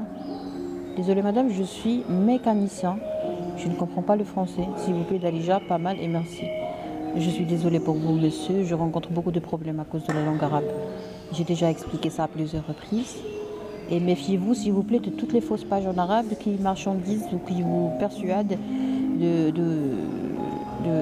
marchandiser des médicaments et des compléments alimentaires. On arnaque les gens, on demande des sommes d'argent qui sont très importantes. Et ça, c'est hyper dangereux. J'ai déjà déposé les plaintes et j'arrive pas à gérer ça. Donc, voilà, je suis désolée. Hein. Merci beaucoup pour vos précieux conseils. Do not show all your cats with everybody. Exactly. Ils ont toujours de vous. Allah يطول عمرك. Haram de dire à quelqu'un de divorcer. Oui, oui. C'est dangereux. Moi, j'ai assisté à des conseils et à des recommandations en live, en direct sur TikTok, du n'importe quoi. Pour moi, TikTok, c'est... Bon, TikTok, c'est pas une référence. Alors, une coach qui se permet de dire à quelqu'un, demande le divorce, quitte-le, c'est un pervers narcissique, moi j'ai peur. Vous savez, moi j'ai appris à démasquer, détecter, démasquer et neutraliser le pervers narcissique. Et pourtant, je ne me permets pas de dire à quelqu'un, tu es avec un pervers narcissique. Quand je mets le diagnostic dans ma tête, je rédige une lettre d'orientation chez le psychiatre et je lance la balle au psychiatre. C'est à lui de prendre la responsabilité de mettre ce diagnostic. Tellement c'est dangereux de mettre ce diagnostic. Alors qu'en direct sur TikTok, je vois les gens qui disent aux femmes, comme ça, une dame, elle lui a dit, ce sont quoi les signes du pervers narcissique? Et elle a dit, tel signe. Après, qu'est-ce qu'elle a fait? Elle lui a dit, docteur, est-ce qu'il y a moyen de guérir? Elle a dit non, il n'y a pas moyen de guérir. Elle a répondu d'une façon vraiment théorique, on dirait un robot, parce qu'en général, le pervers narcissique, il n'y a pas moyen de guérir. Parce que pour guérir, il faut admettre le pervers narcissique. Il n'est pas conscient, il ne peut pas admettre qu'il est malade. Il n'a pas de logique. Mais premièrement, il faut mettre le diagnostic. Et deuxièmement, on peut vivre avec un pervers narcissique, tout en développant une immunité. Parce qu'il y a des cas où on ne peut pas laisser tout ça tomber parce qu'on est sous une emprise et la séparation de quelqu'un, ça ne met pas fin à cette emprise, même après son décès. Donc c'est tout un projet de prise en charge. Les coachs n'ont pas les compétences pour faire ça, mais les psychiatres si, les psychothérapeutes si. Donc pourquoi ne pas respecter les spécialités? Pourquoi les coachs, je ne comprends pas ce que vous avez dans le crâne. Tu demandes à une dame de divorcer et tu ne sais pas qu'est-ce qui va se passer après. Mais tu dois prendre en charge cette dame de A à Z. Si vous êtes incapable de prendre en charge et si vous n'avez pas la garantie que cette femme va revenir chez vous, vous n'avez pas le droit de vous mêler des affaires des autres. Voilà, c'est hyper grave. Bonsoir madame, bonsoir, c'est Ismaël. Je suis un peu fatiguée mais j'ai tout le plaisir à discuter ce sujet. J'ai une petite dose supplémentaire d'énergie positive avec vous et grâce à vous. Tout à fait, docteur Asma. Yes, doctor, responsibility is now love. Oui, il y a une grande différence entre être responsable et be in love with someone. Écoutez, c'est beau d'aimer, mais il faut être responsable. On n'est pas là pour jouer. Se marier pour niquer, je pense que c'est dégoûtant. Parce que quand on est mature, on est dégoûté par le sexe. On est dégoûté. Il y a faire l'amour, il y a faire le sexe. Les gens qui se marient pour faire le sexe, vous êtes dégoûtants. Voilà. Tu épouses une femme qui a vraiment une grande poitrine, et qui a de grandes fesses, ok, très bien. Elle est sexy, elle est attirante, érotique, magnétique, tout ce que vous voulez. Et après, qu'est-ce qui se passe?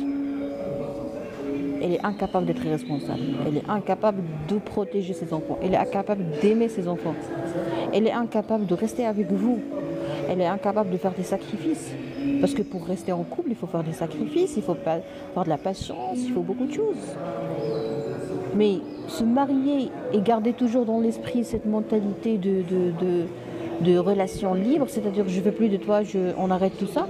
Non, ça c'est du jeu. C'est du jeu tout ça. J'ai dénoncé la page qui arnaque en votre nom. Merci, c'est gentil. S'il vous plaît, je vous invite d'avoir la gentillesse de signaler sur Facebook toute page qui met des médicaments, et toute fausse page qui met des médicaments et utilise mon nom. C'est-à-dire si vous tapez en arabe Dr Asma Hamdouni sur Facebook, vous allez tomber sur des pages qui mettent des médicaments et tout. Vous mettez bloqué et pourquoi vous bloquez? Signalez, pardon. Pour ne bloquez pas mais signalez pour vente de produits interdits. Ça serait très gentil de votre part.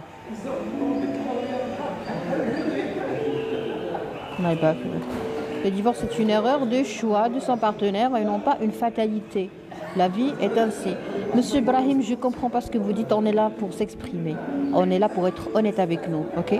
C'est un petit moment de paix interne où on est en train de dire ce qu'on a dans le cœur.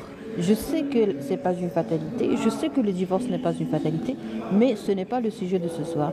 Le sujet, c'est d'ouvrir son cœur et de dire qu'on n'aime pas les enfants des gens divorcés.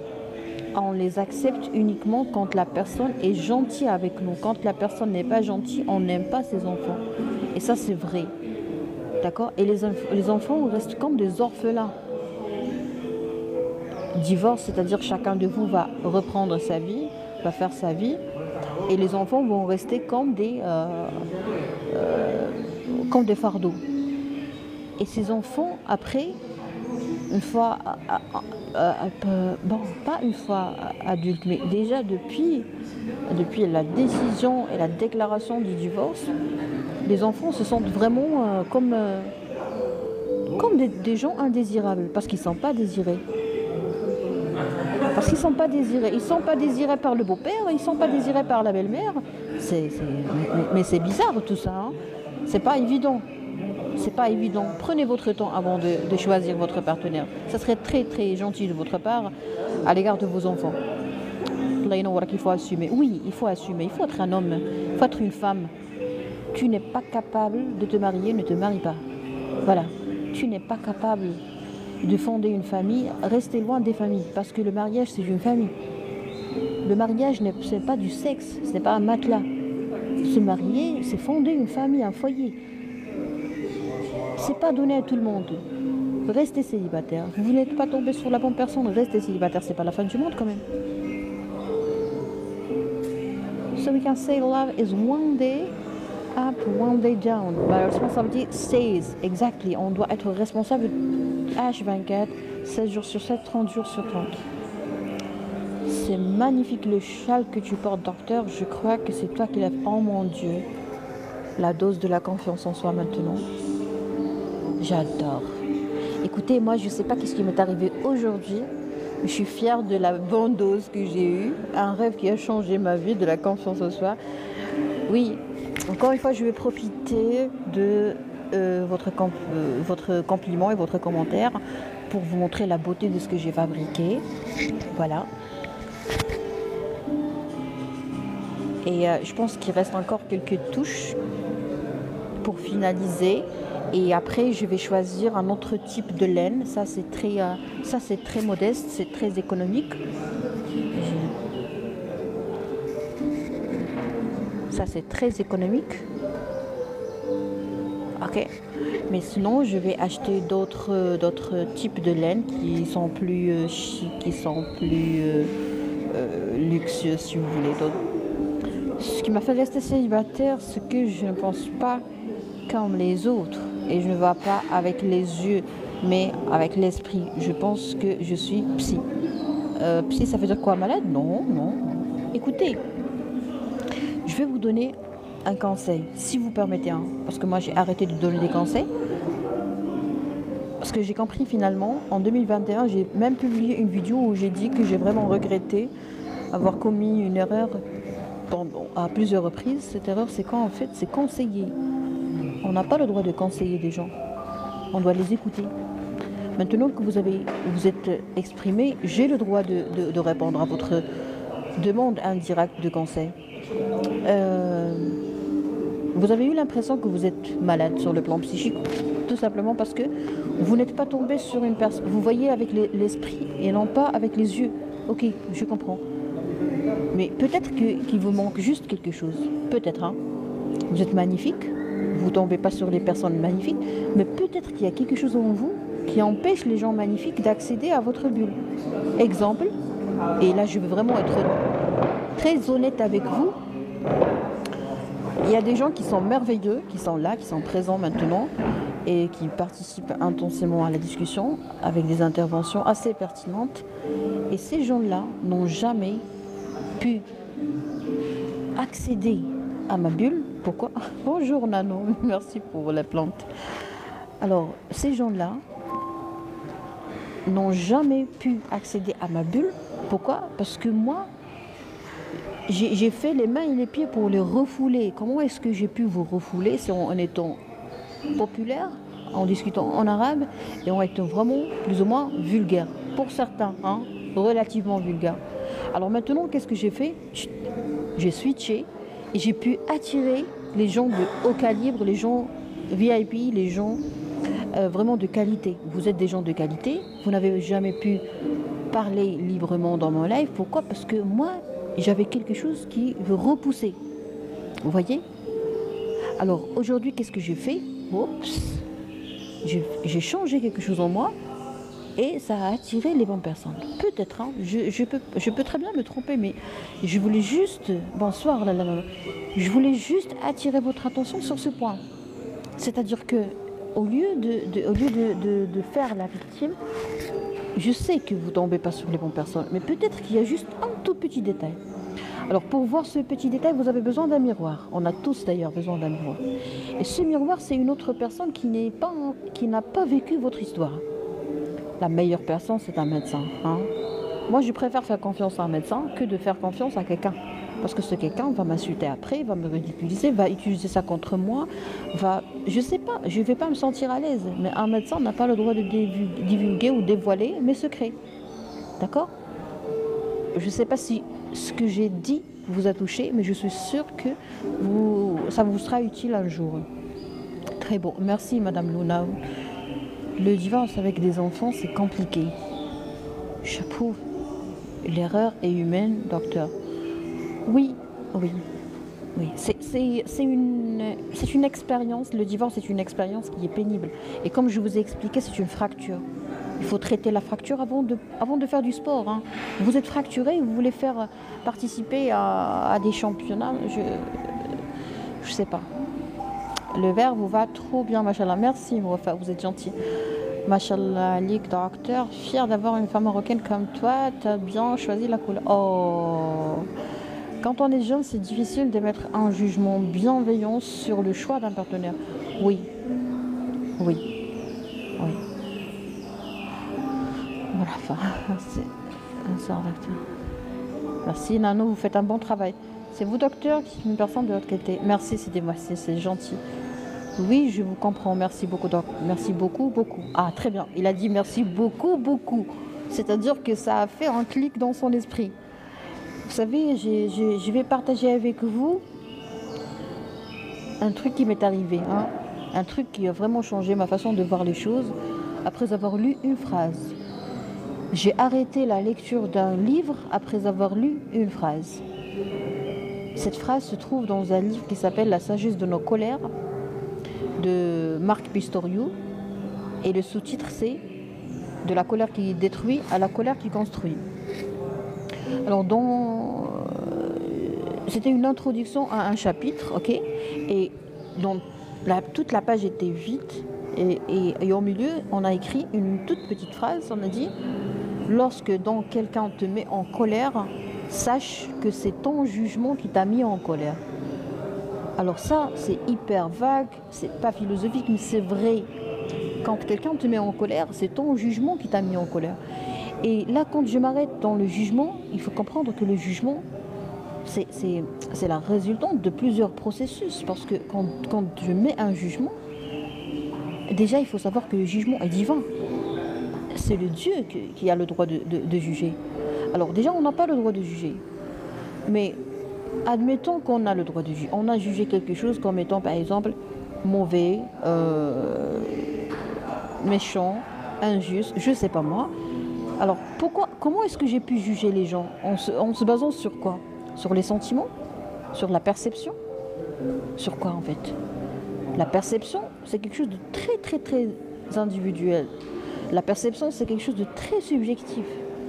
La perception, ça peut être lié à des choses qui remontent à bien longtemps, à mon enfance, à beaucoup de choses. Donc, tu m'as mise en colère parce que je t'ai jugé. Je reprends la phrase. Lorsque donc quelqu'un te met en colère, sache que c'est ton jugement qui t'a mis en colère. Tu m'as mis en colère, c'est parce que mon jugement par rapport à ce que tu as fait m'a mise en colère. Vous voyez? Donc c'est moi qui gère. Mais pour arriver à ce point-là, Il faut que je traite, que je fasse un bon ménage de ma zone d'ombre. C'est-à-dire comme une sorte de boîte noire où on met tout, comme une sorte de coffre où on met tous les traumas, tous les traumatismes. Très bien. Alors, c'est un grand honneur pour moi. Merci pour vos conseils. Merci à vous pour l'encouragement. J'ai assisté depuis le début à vous de Facebook, mais je préfère ce que vous faites maintenant. Alors, ce que je suis en train de faire maintenant, c'est le résultat de ce que je faisais depuis 4 ans. D'accord? Alors ça, c'est hyper important ce que vous dites. Écoutez, je vais vous dire un truc très important. Il y avait un monsieur, un grand poète, ok, qui a reçu un jour un jeune qui voulait à tout prix devenir un poète. Alors le jeune a fait un grand effort, il a fourni de très grands efforts, c'est un arabe. Il a étudié la langue arabe, il a étudié toutes les règles de la langue arabe, de comment rédiger un poème. Il a étudié, il a appris par cœur toutes les grandes poésies et tout, et les poèmes, le mu'allaqat et tout. Vraiment, il a tout appris. Mais le pauvre, il a cru que c'est suffisant pour devenir un poète. Vous savez, le grand poète, qu'est-ce qu'il lui a dit? Le grand seigneur, il a dit, tu ne peux pas devenir un poète. Impossible. Vous savez pourquoi? Il lui a demandé de voyager, de surfer dans le monde. Il a demandé de partir, visiter et découvrir et vivre des expériences et vivre des aventures. Pour écrire, on a besoin de vivre. Malheureusement, je vais vous dire un truc très important. Un jour, j'ai jeté un livre. Pourquoi? Parce que je me suis sentie trahie par mon ignorance. Mon ignorance par rapport à la façon de choisir les livres. Et actuellement, je ne choisis pas les livres, je n'achète aucun livre. Je n'accepte même pas le fait de lire un livre tant que je n'ai pas une idée sur la biographie de la personne qui l'a écrite. Et honnêtement, j'aimerais vous dire que toute personne qui n'a pas vécu des aventures, toute personne qui n'a pas vécu des expériences, toute personne qui n'a pas fait, qui n'a pas sacrifié une partie de sa vie pour découvrir, est une personne qui n'a pas le droit d'influencer, parce que écrire un livre, c'est influencer des gens que tu connais pas. Moi, j'ai lu un livre d'une américaine, elle est décédée en 2000 ans après Corona, et j'ai eu de la peine, hein. Et j'ai eu un sentiment merveilleux maintenant, c'est le sentiment de sécrétion des catécholamines, parce que j'ai appris à reconnaître la sécrétion au niveau de mon cœur, parce que les catécholamines agissent sur le cœur. Je me suis rappelée d'une phrase. Voulez-vous que je partage ça avec vous par rapport à la lecture? Bon, tout ça pour vous dire, hein, pour fermer cette parenthèse, tout ça pour vous dire que j'étais en train d'apprendre ce que je suis en train d'exposer. Vous avez aimé ma version maintenant, et ma version est une résultante de ce qui s'est passé avant. D'accord? Parce que moi, je travaille sur comment parler à des gens et influencer des gens qui sont très loin de moi. Et c'est pas donné à tout le monde. On n'apprend pas ça en médecine. On n'apprend pas à influencer des gens qui sont bien loin de nous. En fait, j'ai senti que vous faisiez de la médania pour bien inspirer. Merci. Alors, est-ce que je peux avoir une idée sur votre profession, madame Mimi Hat? Est-ce que je peux avoir une idée sur votre niveau culturel ou votre niveau scolaire? C'est-à-dire votre diplôme et votre profession. Si vous n'êtes pas d'accord, vous me dites je ne veux pas et puis je garde le silence. Mes salutations à ton âme chaleureuse qui apparaît sur ton visage légendaire au bout. Oh, merci beaucoup. This is what I like, the stories which you have based on true events. Exactly. Me too. I used to love them. Alors, on va patienter un peu jusqu'à ce que la dame qui n'appréciait pas ma façon de... Elle était là, elle me suivait depuis que j'ai commencé à faire des lives sur Facebook. Elle n'appréciait pas ce que je faisais, mais actuellement, elle a apprécié ce que j'ai fait. Et là, j'ai posé une question par rapport à sa profession, son niveau scolaire. Elle a dit, je suis Asma, professeure de français. Un plaisir d'être votre fan. Merci.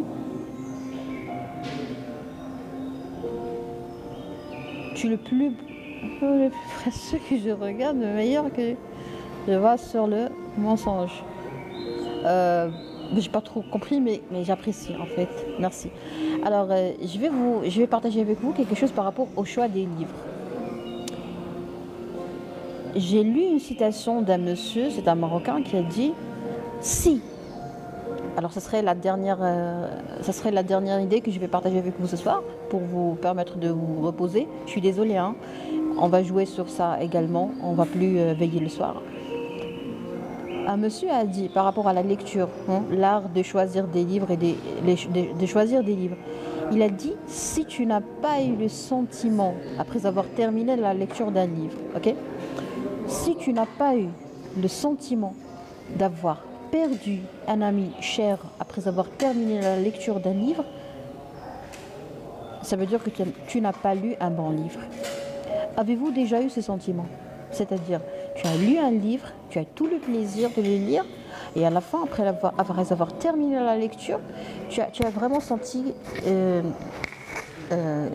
ton cœur se déchirer comme un stress de séparation. C'est comme si tu t'es séparé de quelqu'un que tu aimes beaucoup. Avez-vous déjà senti ce sentiment? Moi, je l'ai déjà vécu et c'est hyper touchant. Alors, si tu n'as pas eu ce sentiment après avoir terminé la lecture d'un livre, ça veut dire que tu n'as pas choisi un bon livre. Je ne vous ai jamais trouvé vulgaire dans vos lives. Au contraire, vous tous et tous que du respect pour... Merci, Madame Wafa. J'ai bien aimé ton écharpe is handmade. Yeah, it's handmade. Thank you so much. Vous êtes une reine du ciel couronnée de la couronne de beauté décorée de magie. Oh. Moi, non. D'accord. Bonsoir tout le monde. Très bien. Alors, je vous invite à découvrir ce délice d'avoir un sentiment de cœur déchiré. Hein? Non, les docteurs. Ok. C'est-à-dire que vous n'êtes jamais tombé sur un bon livre. Croyez-moi, le jour où vous allez lire un bon livre qui va vraiment changer votre vie, un livre écrit par un monsieur qui a vécu des expériences. Ok? Moi, je compte écrire un livre quand j'aurai de la sagesse parce que je ne me considère pas trop sage. Et pour écrire, il faut vivre. La personne, les auteurs qui ont vécu quelque chose, quand ils rédigent un livre, vraiment, on le touche.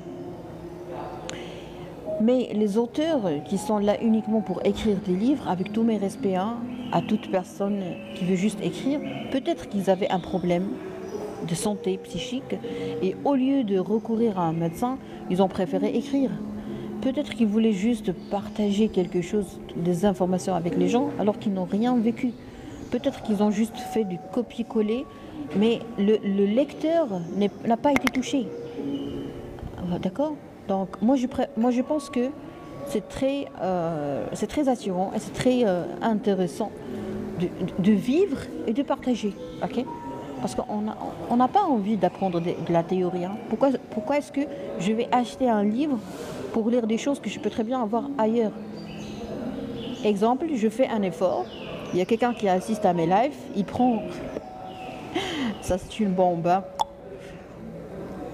Exemple, je vis avec ma famille, je vis des expériences, je vis avec des gens qui sont à la hauteur, je vis avec des minables, je vis je supporte des difficultés, des épreuves, des hypocrites, tout ce que vous voulez.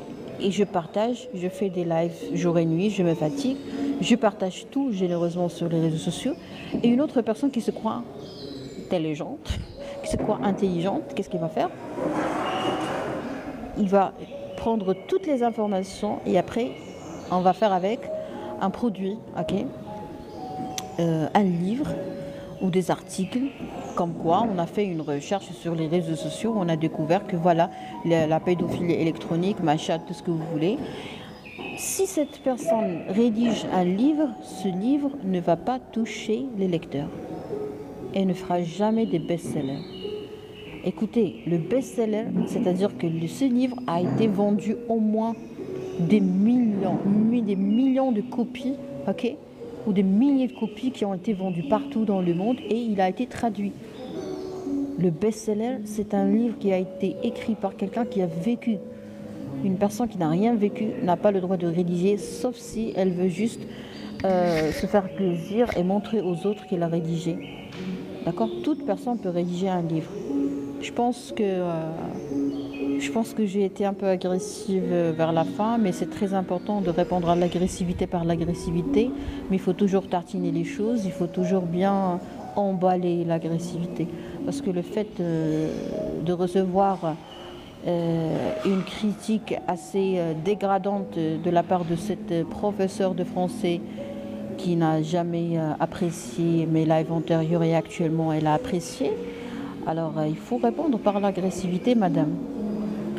Moi j'ai une vie,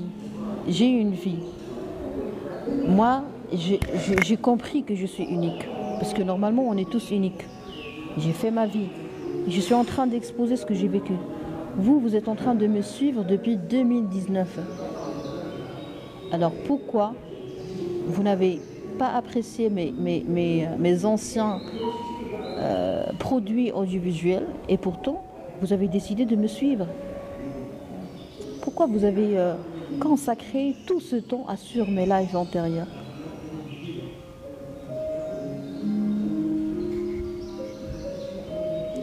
Écoutez, c'est très nocif pour la santé de suivre quelqu'un qu'on n'aime pas.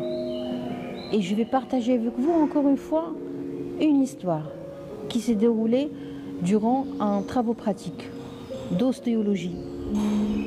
Il y avait un grand professeur, un grand spécialiste en chirurgie maxillofaciale. Il était en train d'expliquer, il y avait des jeunes, des étudiants qui faisaient du bruit. Il a été gêné. Il a demandé du silence. Et puis on n'a pas répondu d'une façon absolue et honnête à sa demande. Il voulait juste du silence pour pouvoir poursuivre son explication. Vous savez qu'est-ce qu'il a fait? Il a arrêté l'explication. Il nous a dit, je vais vous expliquer un truc en médecine. Docteur, je n'ai pas dit que les lives ne m'ont pas plu. Au contraire, je parle des intrus. Ah, c'est-à-dire que je n'ai pas compris votre réplique. Apparemment, vous m'avez mal compris. Ah d'accord. Mal compris ou mal comprise? Vous êtes une dame ou un monsieur? Écoutez, je vais profiter de votre expérience en langue française, parce que vous êtes professeur de français. Vous avez dit, vous m'avez mal compris. Est-ce qu'en français, on dit mal compris ou mal comprise? Madame la prof de français.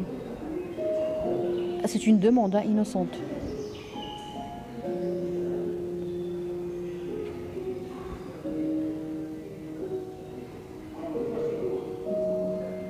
Parce que moi, j'ai oublié tout ça. Est-ce que vous pouvez me rectifier et m'expliquer, madame la prof de français? Est-ce qu'on dit, vous m'avez mal compris ou vous m'avez mal comprise? Je sais pas, je sais pas, parce que moi j'ai été bien concentrée sur la médecine et j'ai oublié la langue française. Est-ce qu'il y a quelqu'un qui peut m'expliquer, s'il vous plaît? Quand une femme parle, est-ce qu'elle dit « vous m'avez mal compris » ou elle dit « vous m'avez mal comprise » ? Je suis très innocente, je pose une question. Innocente sauf chiffre.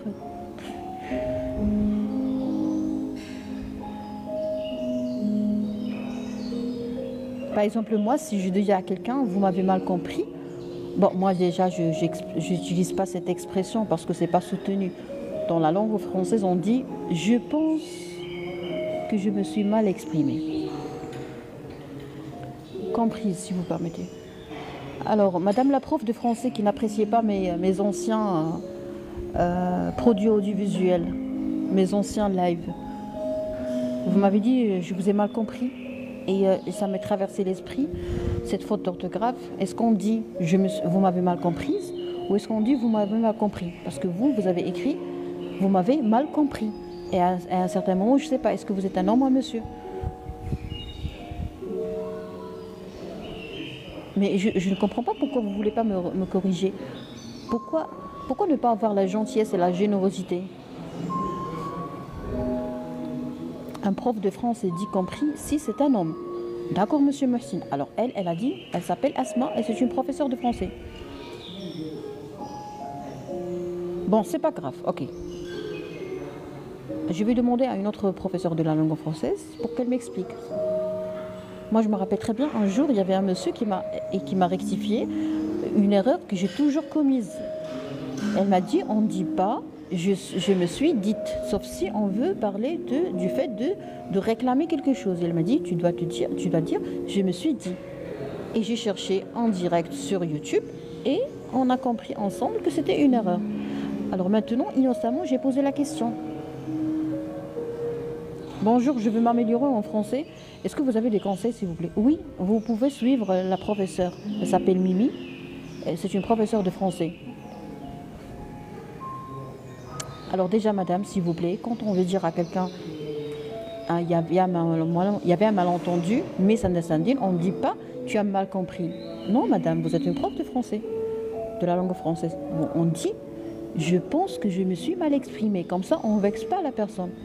Et moi, je vais rectifier, je vais vérifier, je vais chercher qu'est-ce que vous avez dit pour savoir est-ce que c'est moi qui ai mal compris pour demander des excuses. D'accord? Alors maintenant, on va revenir, reculer et chercher exactement ce qu'elle a dit pour savoir est-ce que j'ai mal compris ce qu'elle a dit. Et parce qu'il faut quand même demander pardon. Elle s'appelle Mimi Hart. Si tu veux apprendre le français, il y a une prof ici. Elle a dit, j'ai assisté depuis le début à vos VOS de Facebook, ou à vos, elle voulait dire peut-être vos lives, à vos lives de Facebook, mais je préfère ceux que vous faites maintenant. Ok.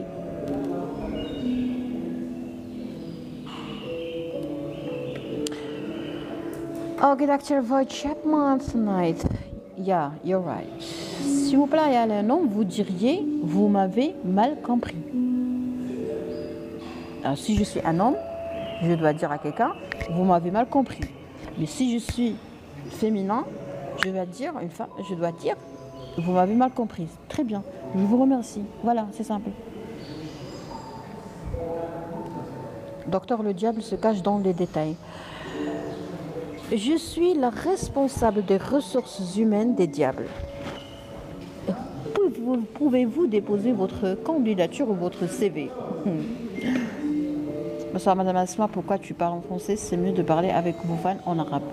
Oui, c'est mieux de faire le sexe, c'est mieux de faire une pénétration, c'est mieux de boire du vin, c'est mieux.